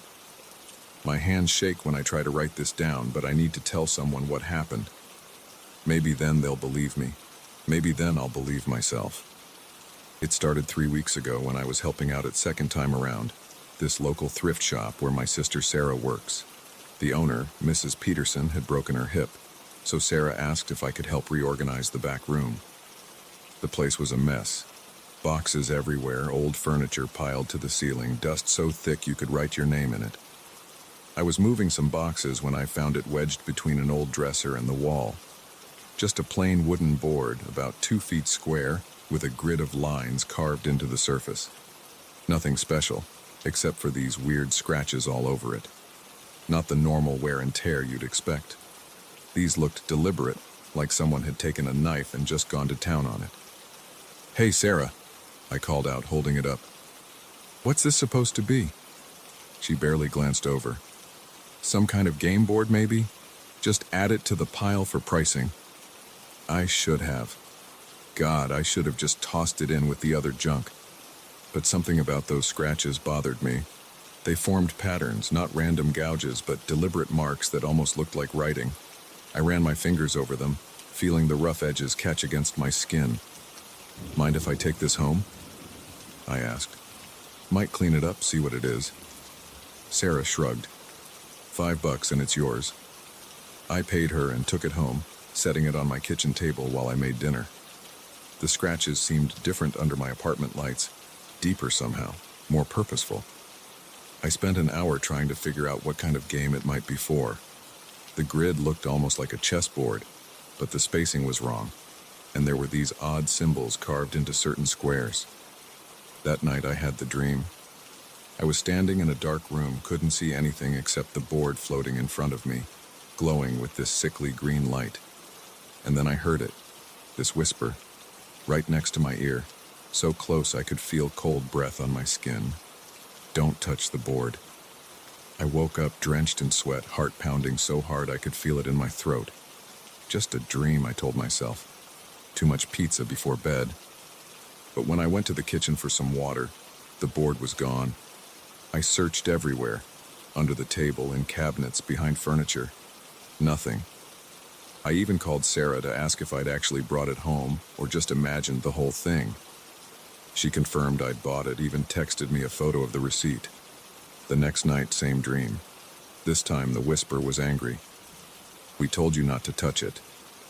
I woke up with scratches on my arms, long, thin marks just like the ones on the board. My hands were covered in splinters, though I hadn't touched any wood. I started keeping a detailed log of everything that happened. The board would appear in random places, once balanced on top of my TV, another time laid out on my bed. But whenever I tried to grab it, it wasn't there. Just an impression in the dust, a rectangular shadow that faded as I watched. The dreams got worse. The whispers turned into screams. The scratches appeared in new places. My back, my legs, my face. I installed cameras, but they just showed static whenever the board appeared. I tried staying awake, but that only made things worse. I'd catch glimpses of movement in my peripheral vision, hear scratching in the walls. One morning I woke up to find my entire living room floor covered in scratch marks, all radiating out from where the board had apparently been sitting. My neighbor complained about the noise, said it sounded like someone dragging furniture around all night. I'd slept through it all. I went back to the thrift store, desperate for answers. Mrs. Peterson was back, moving slowly with a walker. When I described the board, her face went white. "That shouldn't have been in the store," she said. "We got a box of items from an estate sale last month. The lawyer handling it was very specific. Everything was to be burned, not sold, especially not that board." She wouldn't tell me more, just kept muttering about promises and consequences. Sarah later told me Mrs. Peterson had insisted on doing a complete inventory, making sure nothing else from that estate sale had made it onto the shelves. The next week was a blur of sleepless nights and increasing paranoia. I found scratch marks everywhere. My car, my office desk, even my phone screen. The dreams became more vivid. Now I could see figures moving around the board, shadow things with too many limbs. They whispered in languages I didn't understand but somehow knew were threats. I tried to document everything, set up more cameras, took photos of the scratches, recorded the sounds I heard at night. But the footage always corrupted. The photos came out blank, and the recordings contained nothing but static and what might have been breathing. Last night was the worst. I dreamed I was playing a game on the board with something I couldn't see. Moving pieces I couldn't touch toward a goal I didn't understand. The whispers were clear now. "Your turn. Make your move. The game must be finished." I woke up at my kitchen table, fingers bloody from fresh scratches. The board was there, solid and real for the first time in weeks. A piece, something that looked like carved bone, sat in the center square. As I watched, it moved on its own, sliding across the grid with a sound like fingernails on wood. That's when I ran. Didn't even pack a bag, just grabbed my keys and got out. I'm writing this from a motel 200 miles away. My phone keeps showing messages from my own number, pictures of the board in different places around my apartment. The latest one shows it on my bed, surrounded by bone pieces arranged in some kind of pattern. The scratches on my arms are forming letters now. They spell out the same message over and over. The game isn't finished. I don't know what to do. I can't go home. Can't tell anyone. They'll think I'm crazy. Maybe I am. But these scratches are real. The photos on my phone are real, even if they disappear when I try to show them to someone else. An hour ago, I felt something under my pillow. The piece from the board. The one I saw move. It's sitting next to me as I write this little chunk of yellowed bone carved with symbols that hurt my eyes to look at. I know I'm not alone in this room. I can hear breathing that isn't mine, feel something watching me from the corner. The piece just moved, on its own, sliding across the motel desk like it's being pushed by invisible fingers. I can hear scratching coming from inside the walls.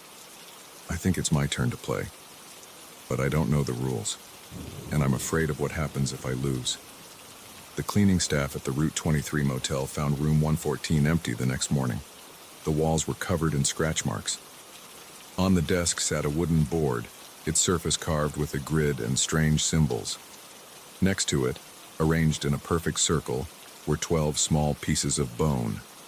The security footage showed the room's occupant writing frantically at the desk. At 3:47 a.m., he suddenly stopped, stared at something off camera, and stood up. The video shows him walking to the center of the room, raising his hands as if holding something, and then, static. The board and bone pieces were logged into police evidence. By morning, the evidence locker was empty except for a single piece of paper covered in scratch marks. The board has not been seen since. But in thrift stores across the country, customers sometimes find old game boards wedged behind furniture or buried in boxes. Boards with strange grids and scratched surfaces. Most put them back. Some take them home. And the game continues. I know this because I still get the pictures on my phone. Different people, different rooms, same board, same pieces, same scratches spreading across walls and skin, same whispers in the dark. I've tried to warn them, created online posts, sent anonymous letters, but it's too late once they touch the board. The game has to be played, and somewhere out there, in some dark room or forgotten storage space, that board is waiting. Waiting for someone else to make the same mistake I did. Waiting for the next player. If you're reading this and you find an old board with scratches that look like writing, put it back.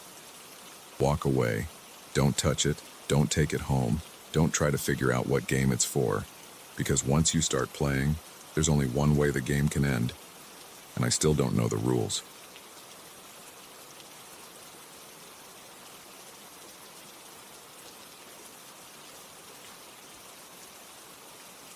I first noticed it 3 nights ago while brushing my teeth. A slight movement in the mirror that didn't match what was actually in my bathroom.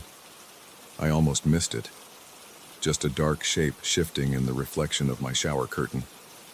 When I turned around, the white plastic curtain hung perfectly still.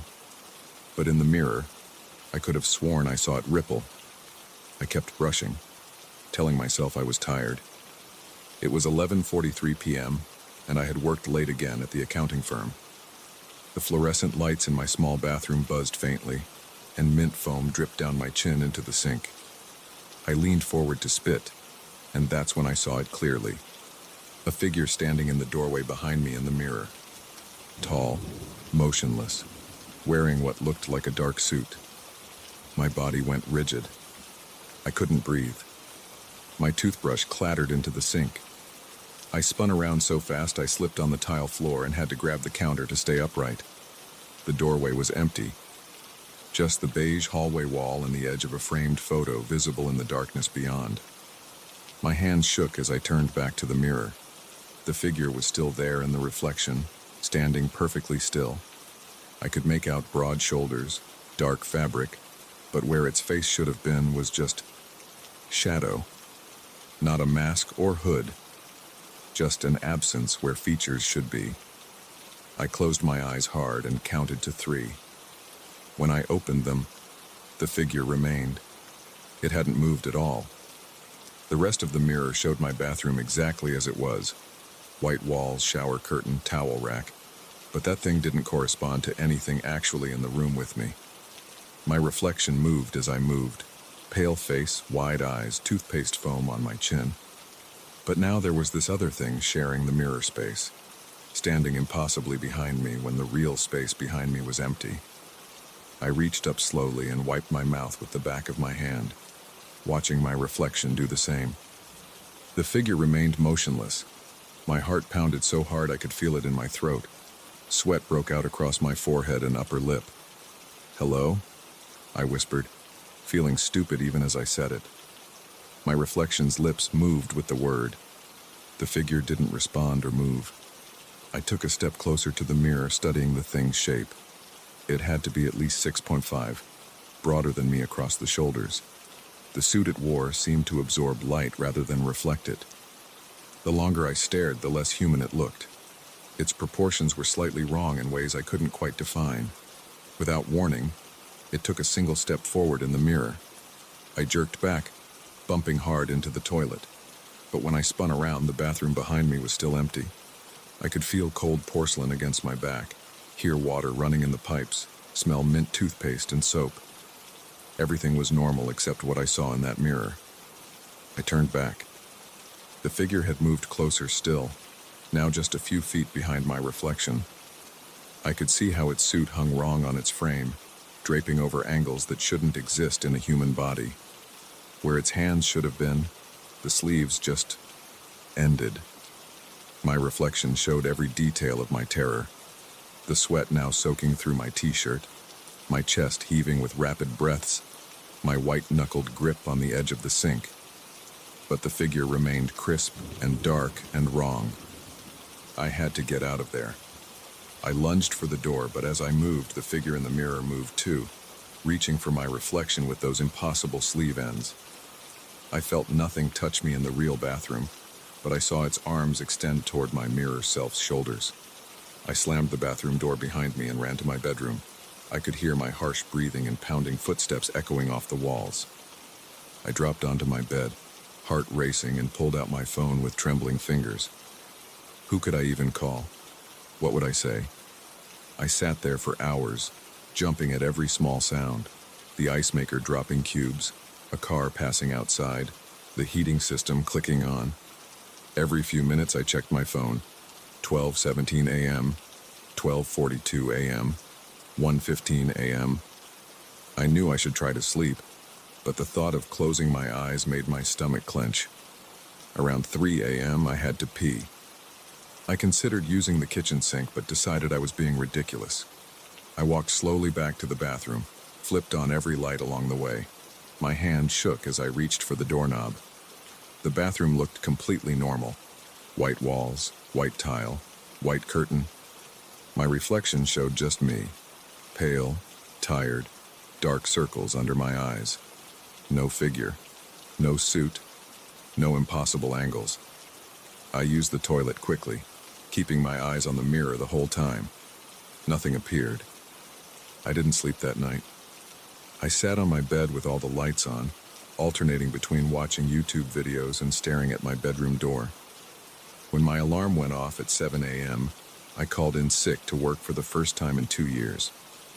I spent that day researching mirrors, hallucinations, carbon monoxide poisoning, anything that could explain what I'd seen. I ordered a carbon monoxide detector for next day delivery. I made an appointment with my doctor for later that week.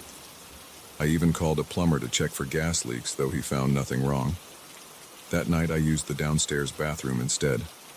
It was smaller, with just a tiny mirror above the sink. Nothing unusual appeared. I started to think maybe I had imagined the whole thing, or maybe I'd been more tired than I realized that first night. But last night, I had to use my upstairs bathroom again. The downstairs toilet was clogged, and I didn't have a plunger. I told myself I was being stupid.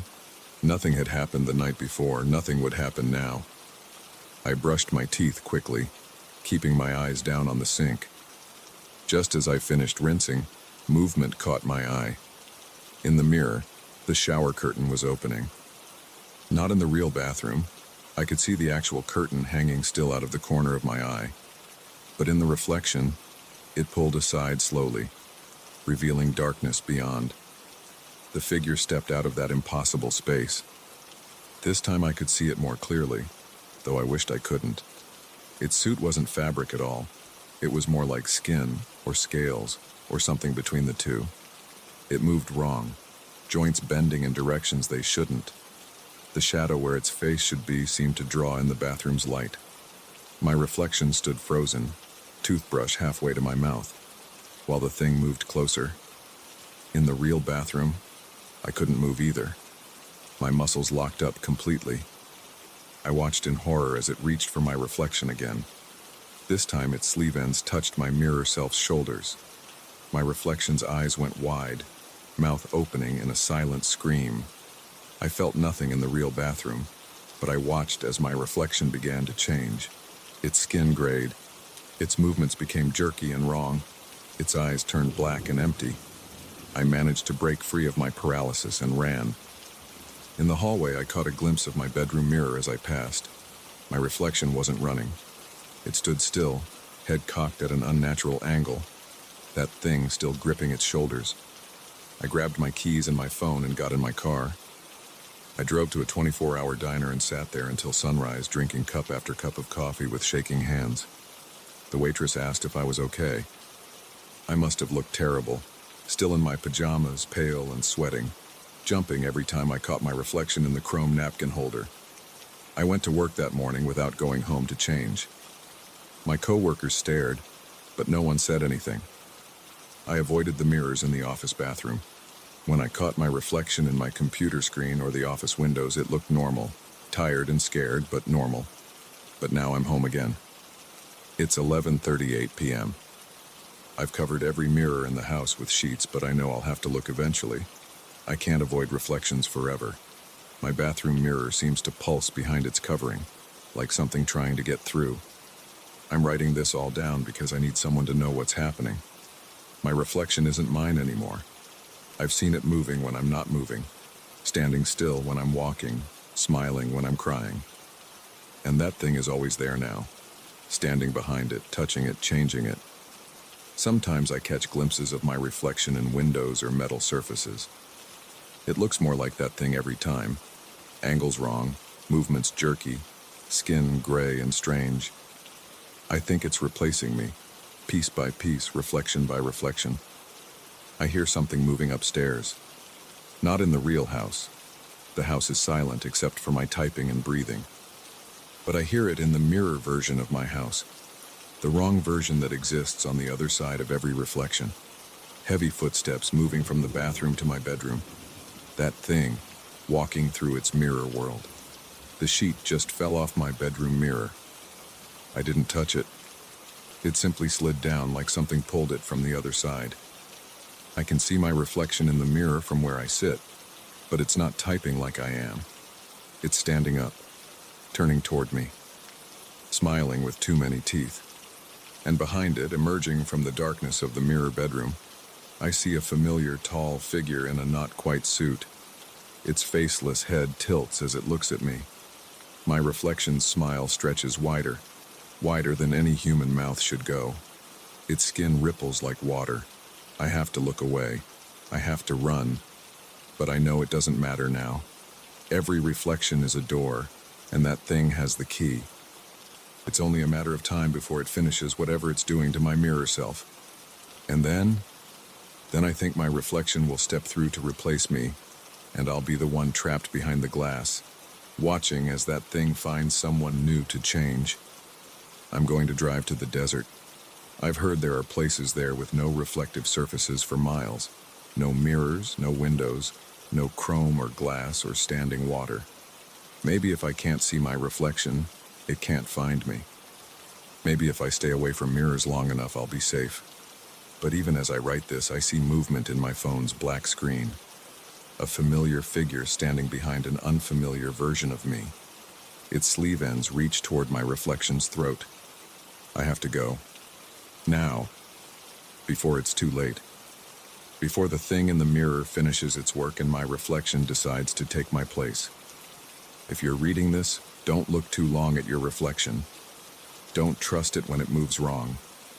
And if you see a tall figure in a dark suit standing behind your mirror self, run. Just run.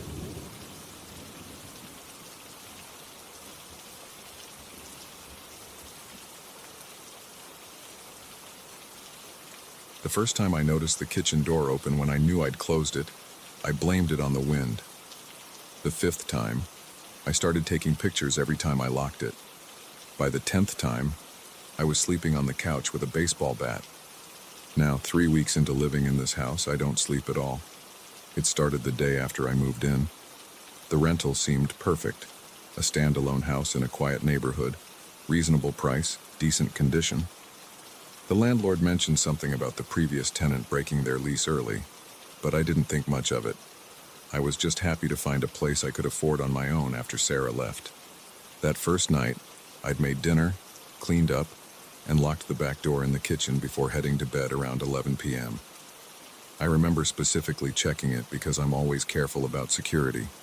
At 3 a.m., I got up to get some water and found the door standing open about 6 inches. The deadbolt was still engaged, but the door itself had swung inward. I stood there for a good minute, trying to process what I was seeing. The night air leaked in through the gap, carrying the smell of wet leaves from the backyard. I walked over and pushed the door shut, making sure it clicked into place. Then I checked the hinges, the frame, the lock mechanism. Everything seemed normal. I chalked it up to the house settling, or maybe the door being slightly warped. The next night, same thing. I'd locked up before bed but woke around 2 a.m. to use the bathroom and noticed the kitchen seemed colder than usual. Sure enough, the door was open again, just a few inches, deadbolt still engaged. This time I took out my phone and recorded a video of myself closing and locking it, stating the time and date out loud. By the fourth night, I was getting seriously unnerved. I'd started wedging a chair under the doorknob before bed, but it didn't matter. The chair would be pushed aside, the door open. I installed a security camera facing the door and checked the footage every morning, but it never showed the actual moment the door opened, just static or blank frames during those times. 1 week in, I called the landlord. "Hey, I'm having an issue with the kitchen door. It keeps coming open on its own." There was a long pause on the other end. "Have you checked the hinges?"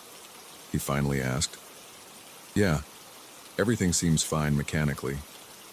But it happens every single night, even with the deadbolt engaged." Another pause. "I'll send someone out to look at it." The handyman came the next day. He spent 2 hours checking everything, replaced the entire lock mechanism, adjusted the hinges, even planned down the edge of the door where he thought it might be sticking. That night, I went to bed feeling confident the problem was solved. 3:27 a.m. I woke up to the sound of my phone buzzing, the security camera's motion alert. I pulled up the live feed and saw the door standing open, wider than usual. The new deadbolt was still engaged. I started sleeping on the couch after that, keeping the baseball bat within reach. I'd wake up multiple times each night to check the door. Sometimes it would open while I was watching, not quickly, but a slow, steady movement that took about 30 seconds. No sound, no visible cause. Just the door swinging open as if pushed by an invisible hand. I tried nailing it shut. The nails pulled themselves out, leaving clean holes in the wood. I tried boarding it up with 2x4s. They split and fell away. I even tried sealing it completely with industrial epoxy. The next morning, the epoxy was cracked and peeling, and the door stood open as usual. 2 weeks in, I started hearing things. Not voices exactly, but sounds that seemed just on the edge of being words. They always came from the kitchen, always late at night. A sort of wet whispering, like someone talking through a mouthful of water. I never went to investigate. Last night was the worst so far. I was on the couch pretending to watch TV, but really just staring at the kitchen doorway when I heard scratching. Not the usual subtle sounds. This was loud, deliberate. Like someone dragging their nails across the other side of the door. It went on for almost an hour. I didn't move, didn't breathe. Just sat there clutching the bat until my knuckles went white, watching the door through the security camera feed on my phone. Around 2 a.m., the scratching stopped. Then the door started to open, slower than ever before. Through the camera, I could see something dark moving in the gap. Not a shadow, but something darker than shadow. Something that seemed to absorb the light from my phone's screen. The door is open right now as I type this. It's 3:42 a.m. The scratching has started again, but it's coming from inside the kitchen this time. I can hear something moving in there, dragging itself across the linoleum. The wet whispering is getting louder. I should leave. I know I should leave. But I can't stop staring at the doorway, can't make myself move from this couch. My phone is almost dead and the battery pack is in the kitchen. The scratching is getting closer. I think something is about to come through that doorway. I can smell it now, like old meat left too long in a hot car. The whispers sound almost like words, almost like my name. The security camera just went dead, but I can still hear it coming closer. Still smell it. The scratching is at the doorway now. I'm going to have to look up from my phone. Going to have to see what's been opening that door every night. It's right in front of me. God, I should have asked the landlord why the previous tenant really left. I can feel its breath on my face. It smells like the space behind old walls, like things that have been trapped too long in dark places. The baseball bat feels useless in my hands now. The wet whispers are clear enough to understand, but I wish they weren't. I wish I couldn't hear what it's saying.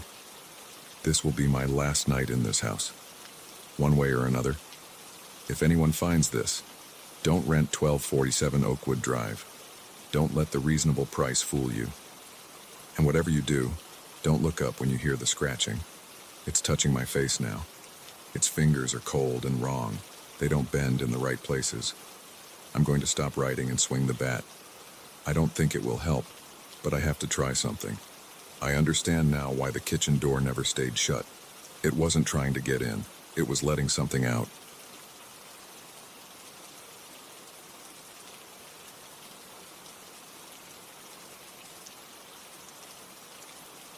The first time I heard the footsteps, I was unpacking boxes in my new apartment.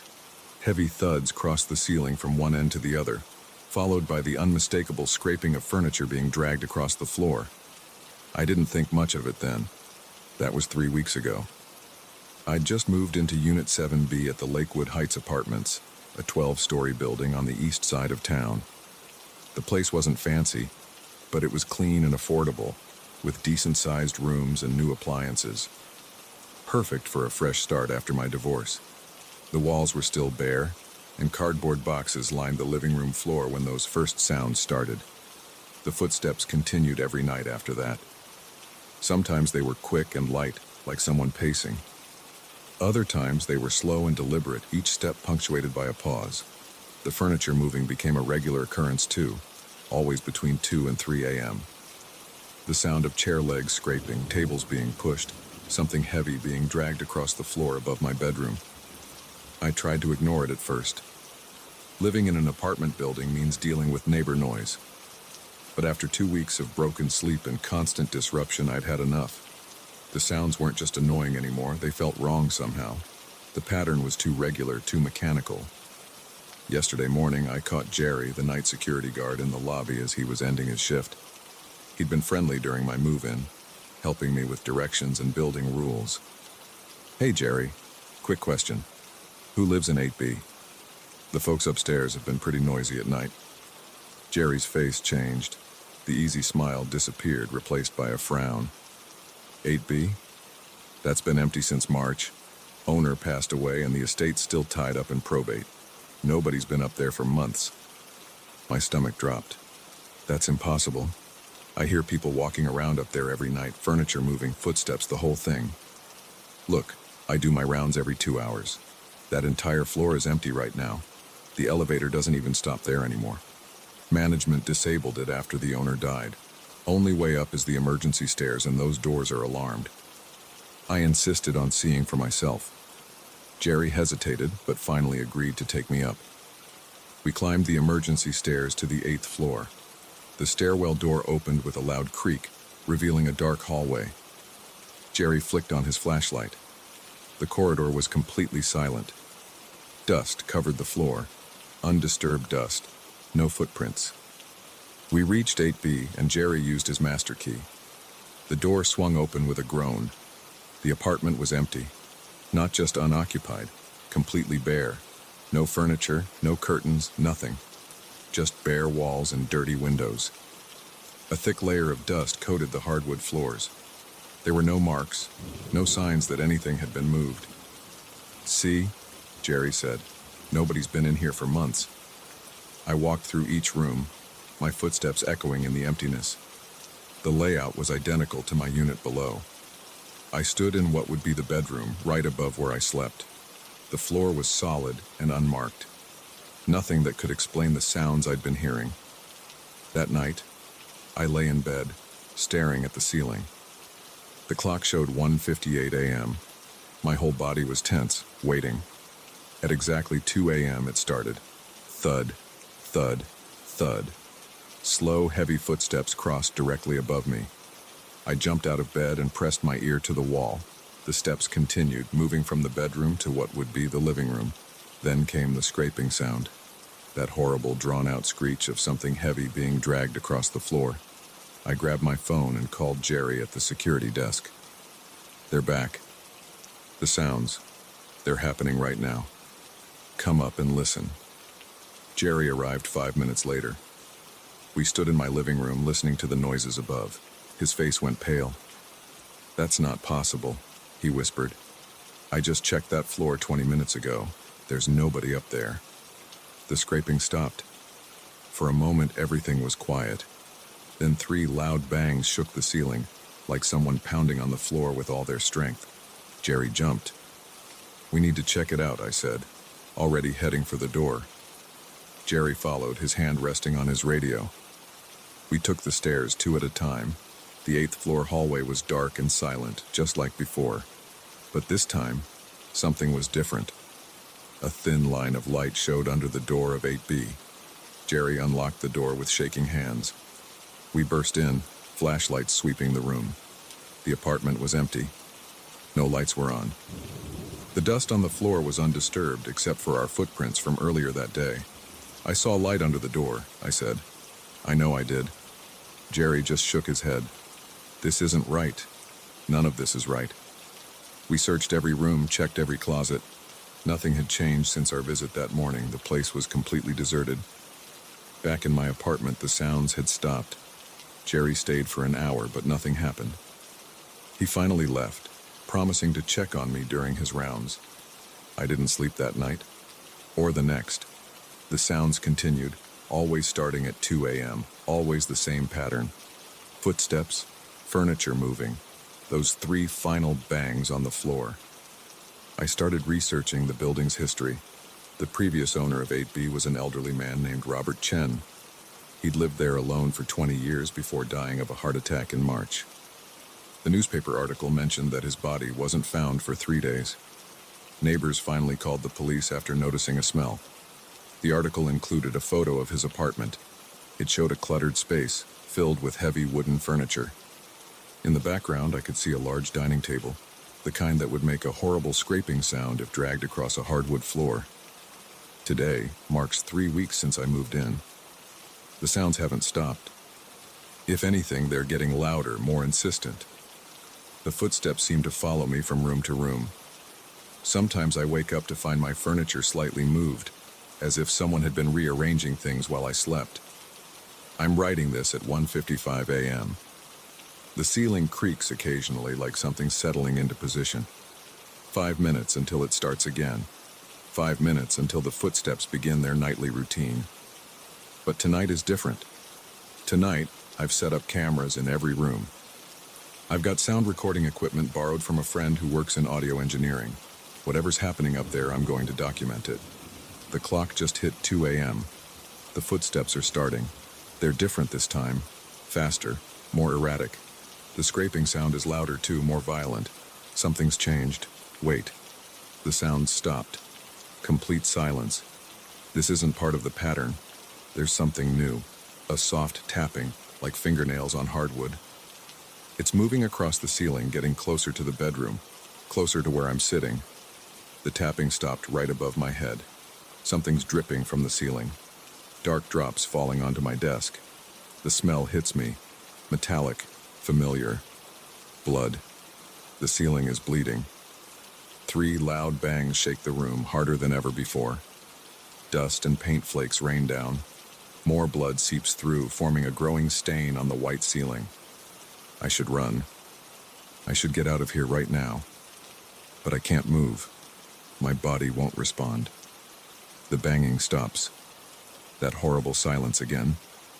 Then I hear it. The sound of splintering wood. Cracks appear in the ceiling, spreading like spiderwebs from the bloodstain. The cracks widen, pieces of drywall falling to the floor. Something's pushing through. I can see fingers, pale, twisted fingers breaking through the ceiling, reaching down into my room. They're followed by a hand, then an arm, bone white and covered in dark stains. The ceiling is giving way. I can hear it groaning, ready to collapse. More hands are breaking through now. 6, 7, 8 pairs of hands, all reaching down, grasping at the air. I finally find my voice and scream. The sound snaps me out of my paralysis. I run for the door, but my legs tangle in the chair. I crash to the floor as the ceiling finally gives way. The last thing I see is dozens of pale hands reaching for me, and above them in the darkness of the broken ceiling, a face. Robert Chen's face, just like in the newspaper photo, but wrong. All wrong. His mouth opens impossibly wide, and the hands pull me up into the darkness. This is my last message. If you're reading this, don't move into apartment 7B at Lakewood Heights. The apartment above isn't empty. It's never been empty. End of recording found on laptop in abandoned apartment 7B. Resident missing, presumed deceased. Ceiling intact, no signs of damage. Investigation ongoing.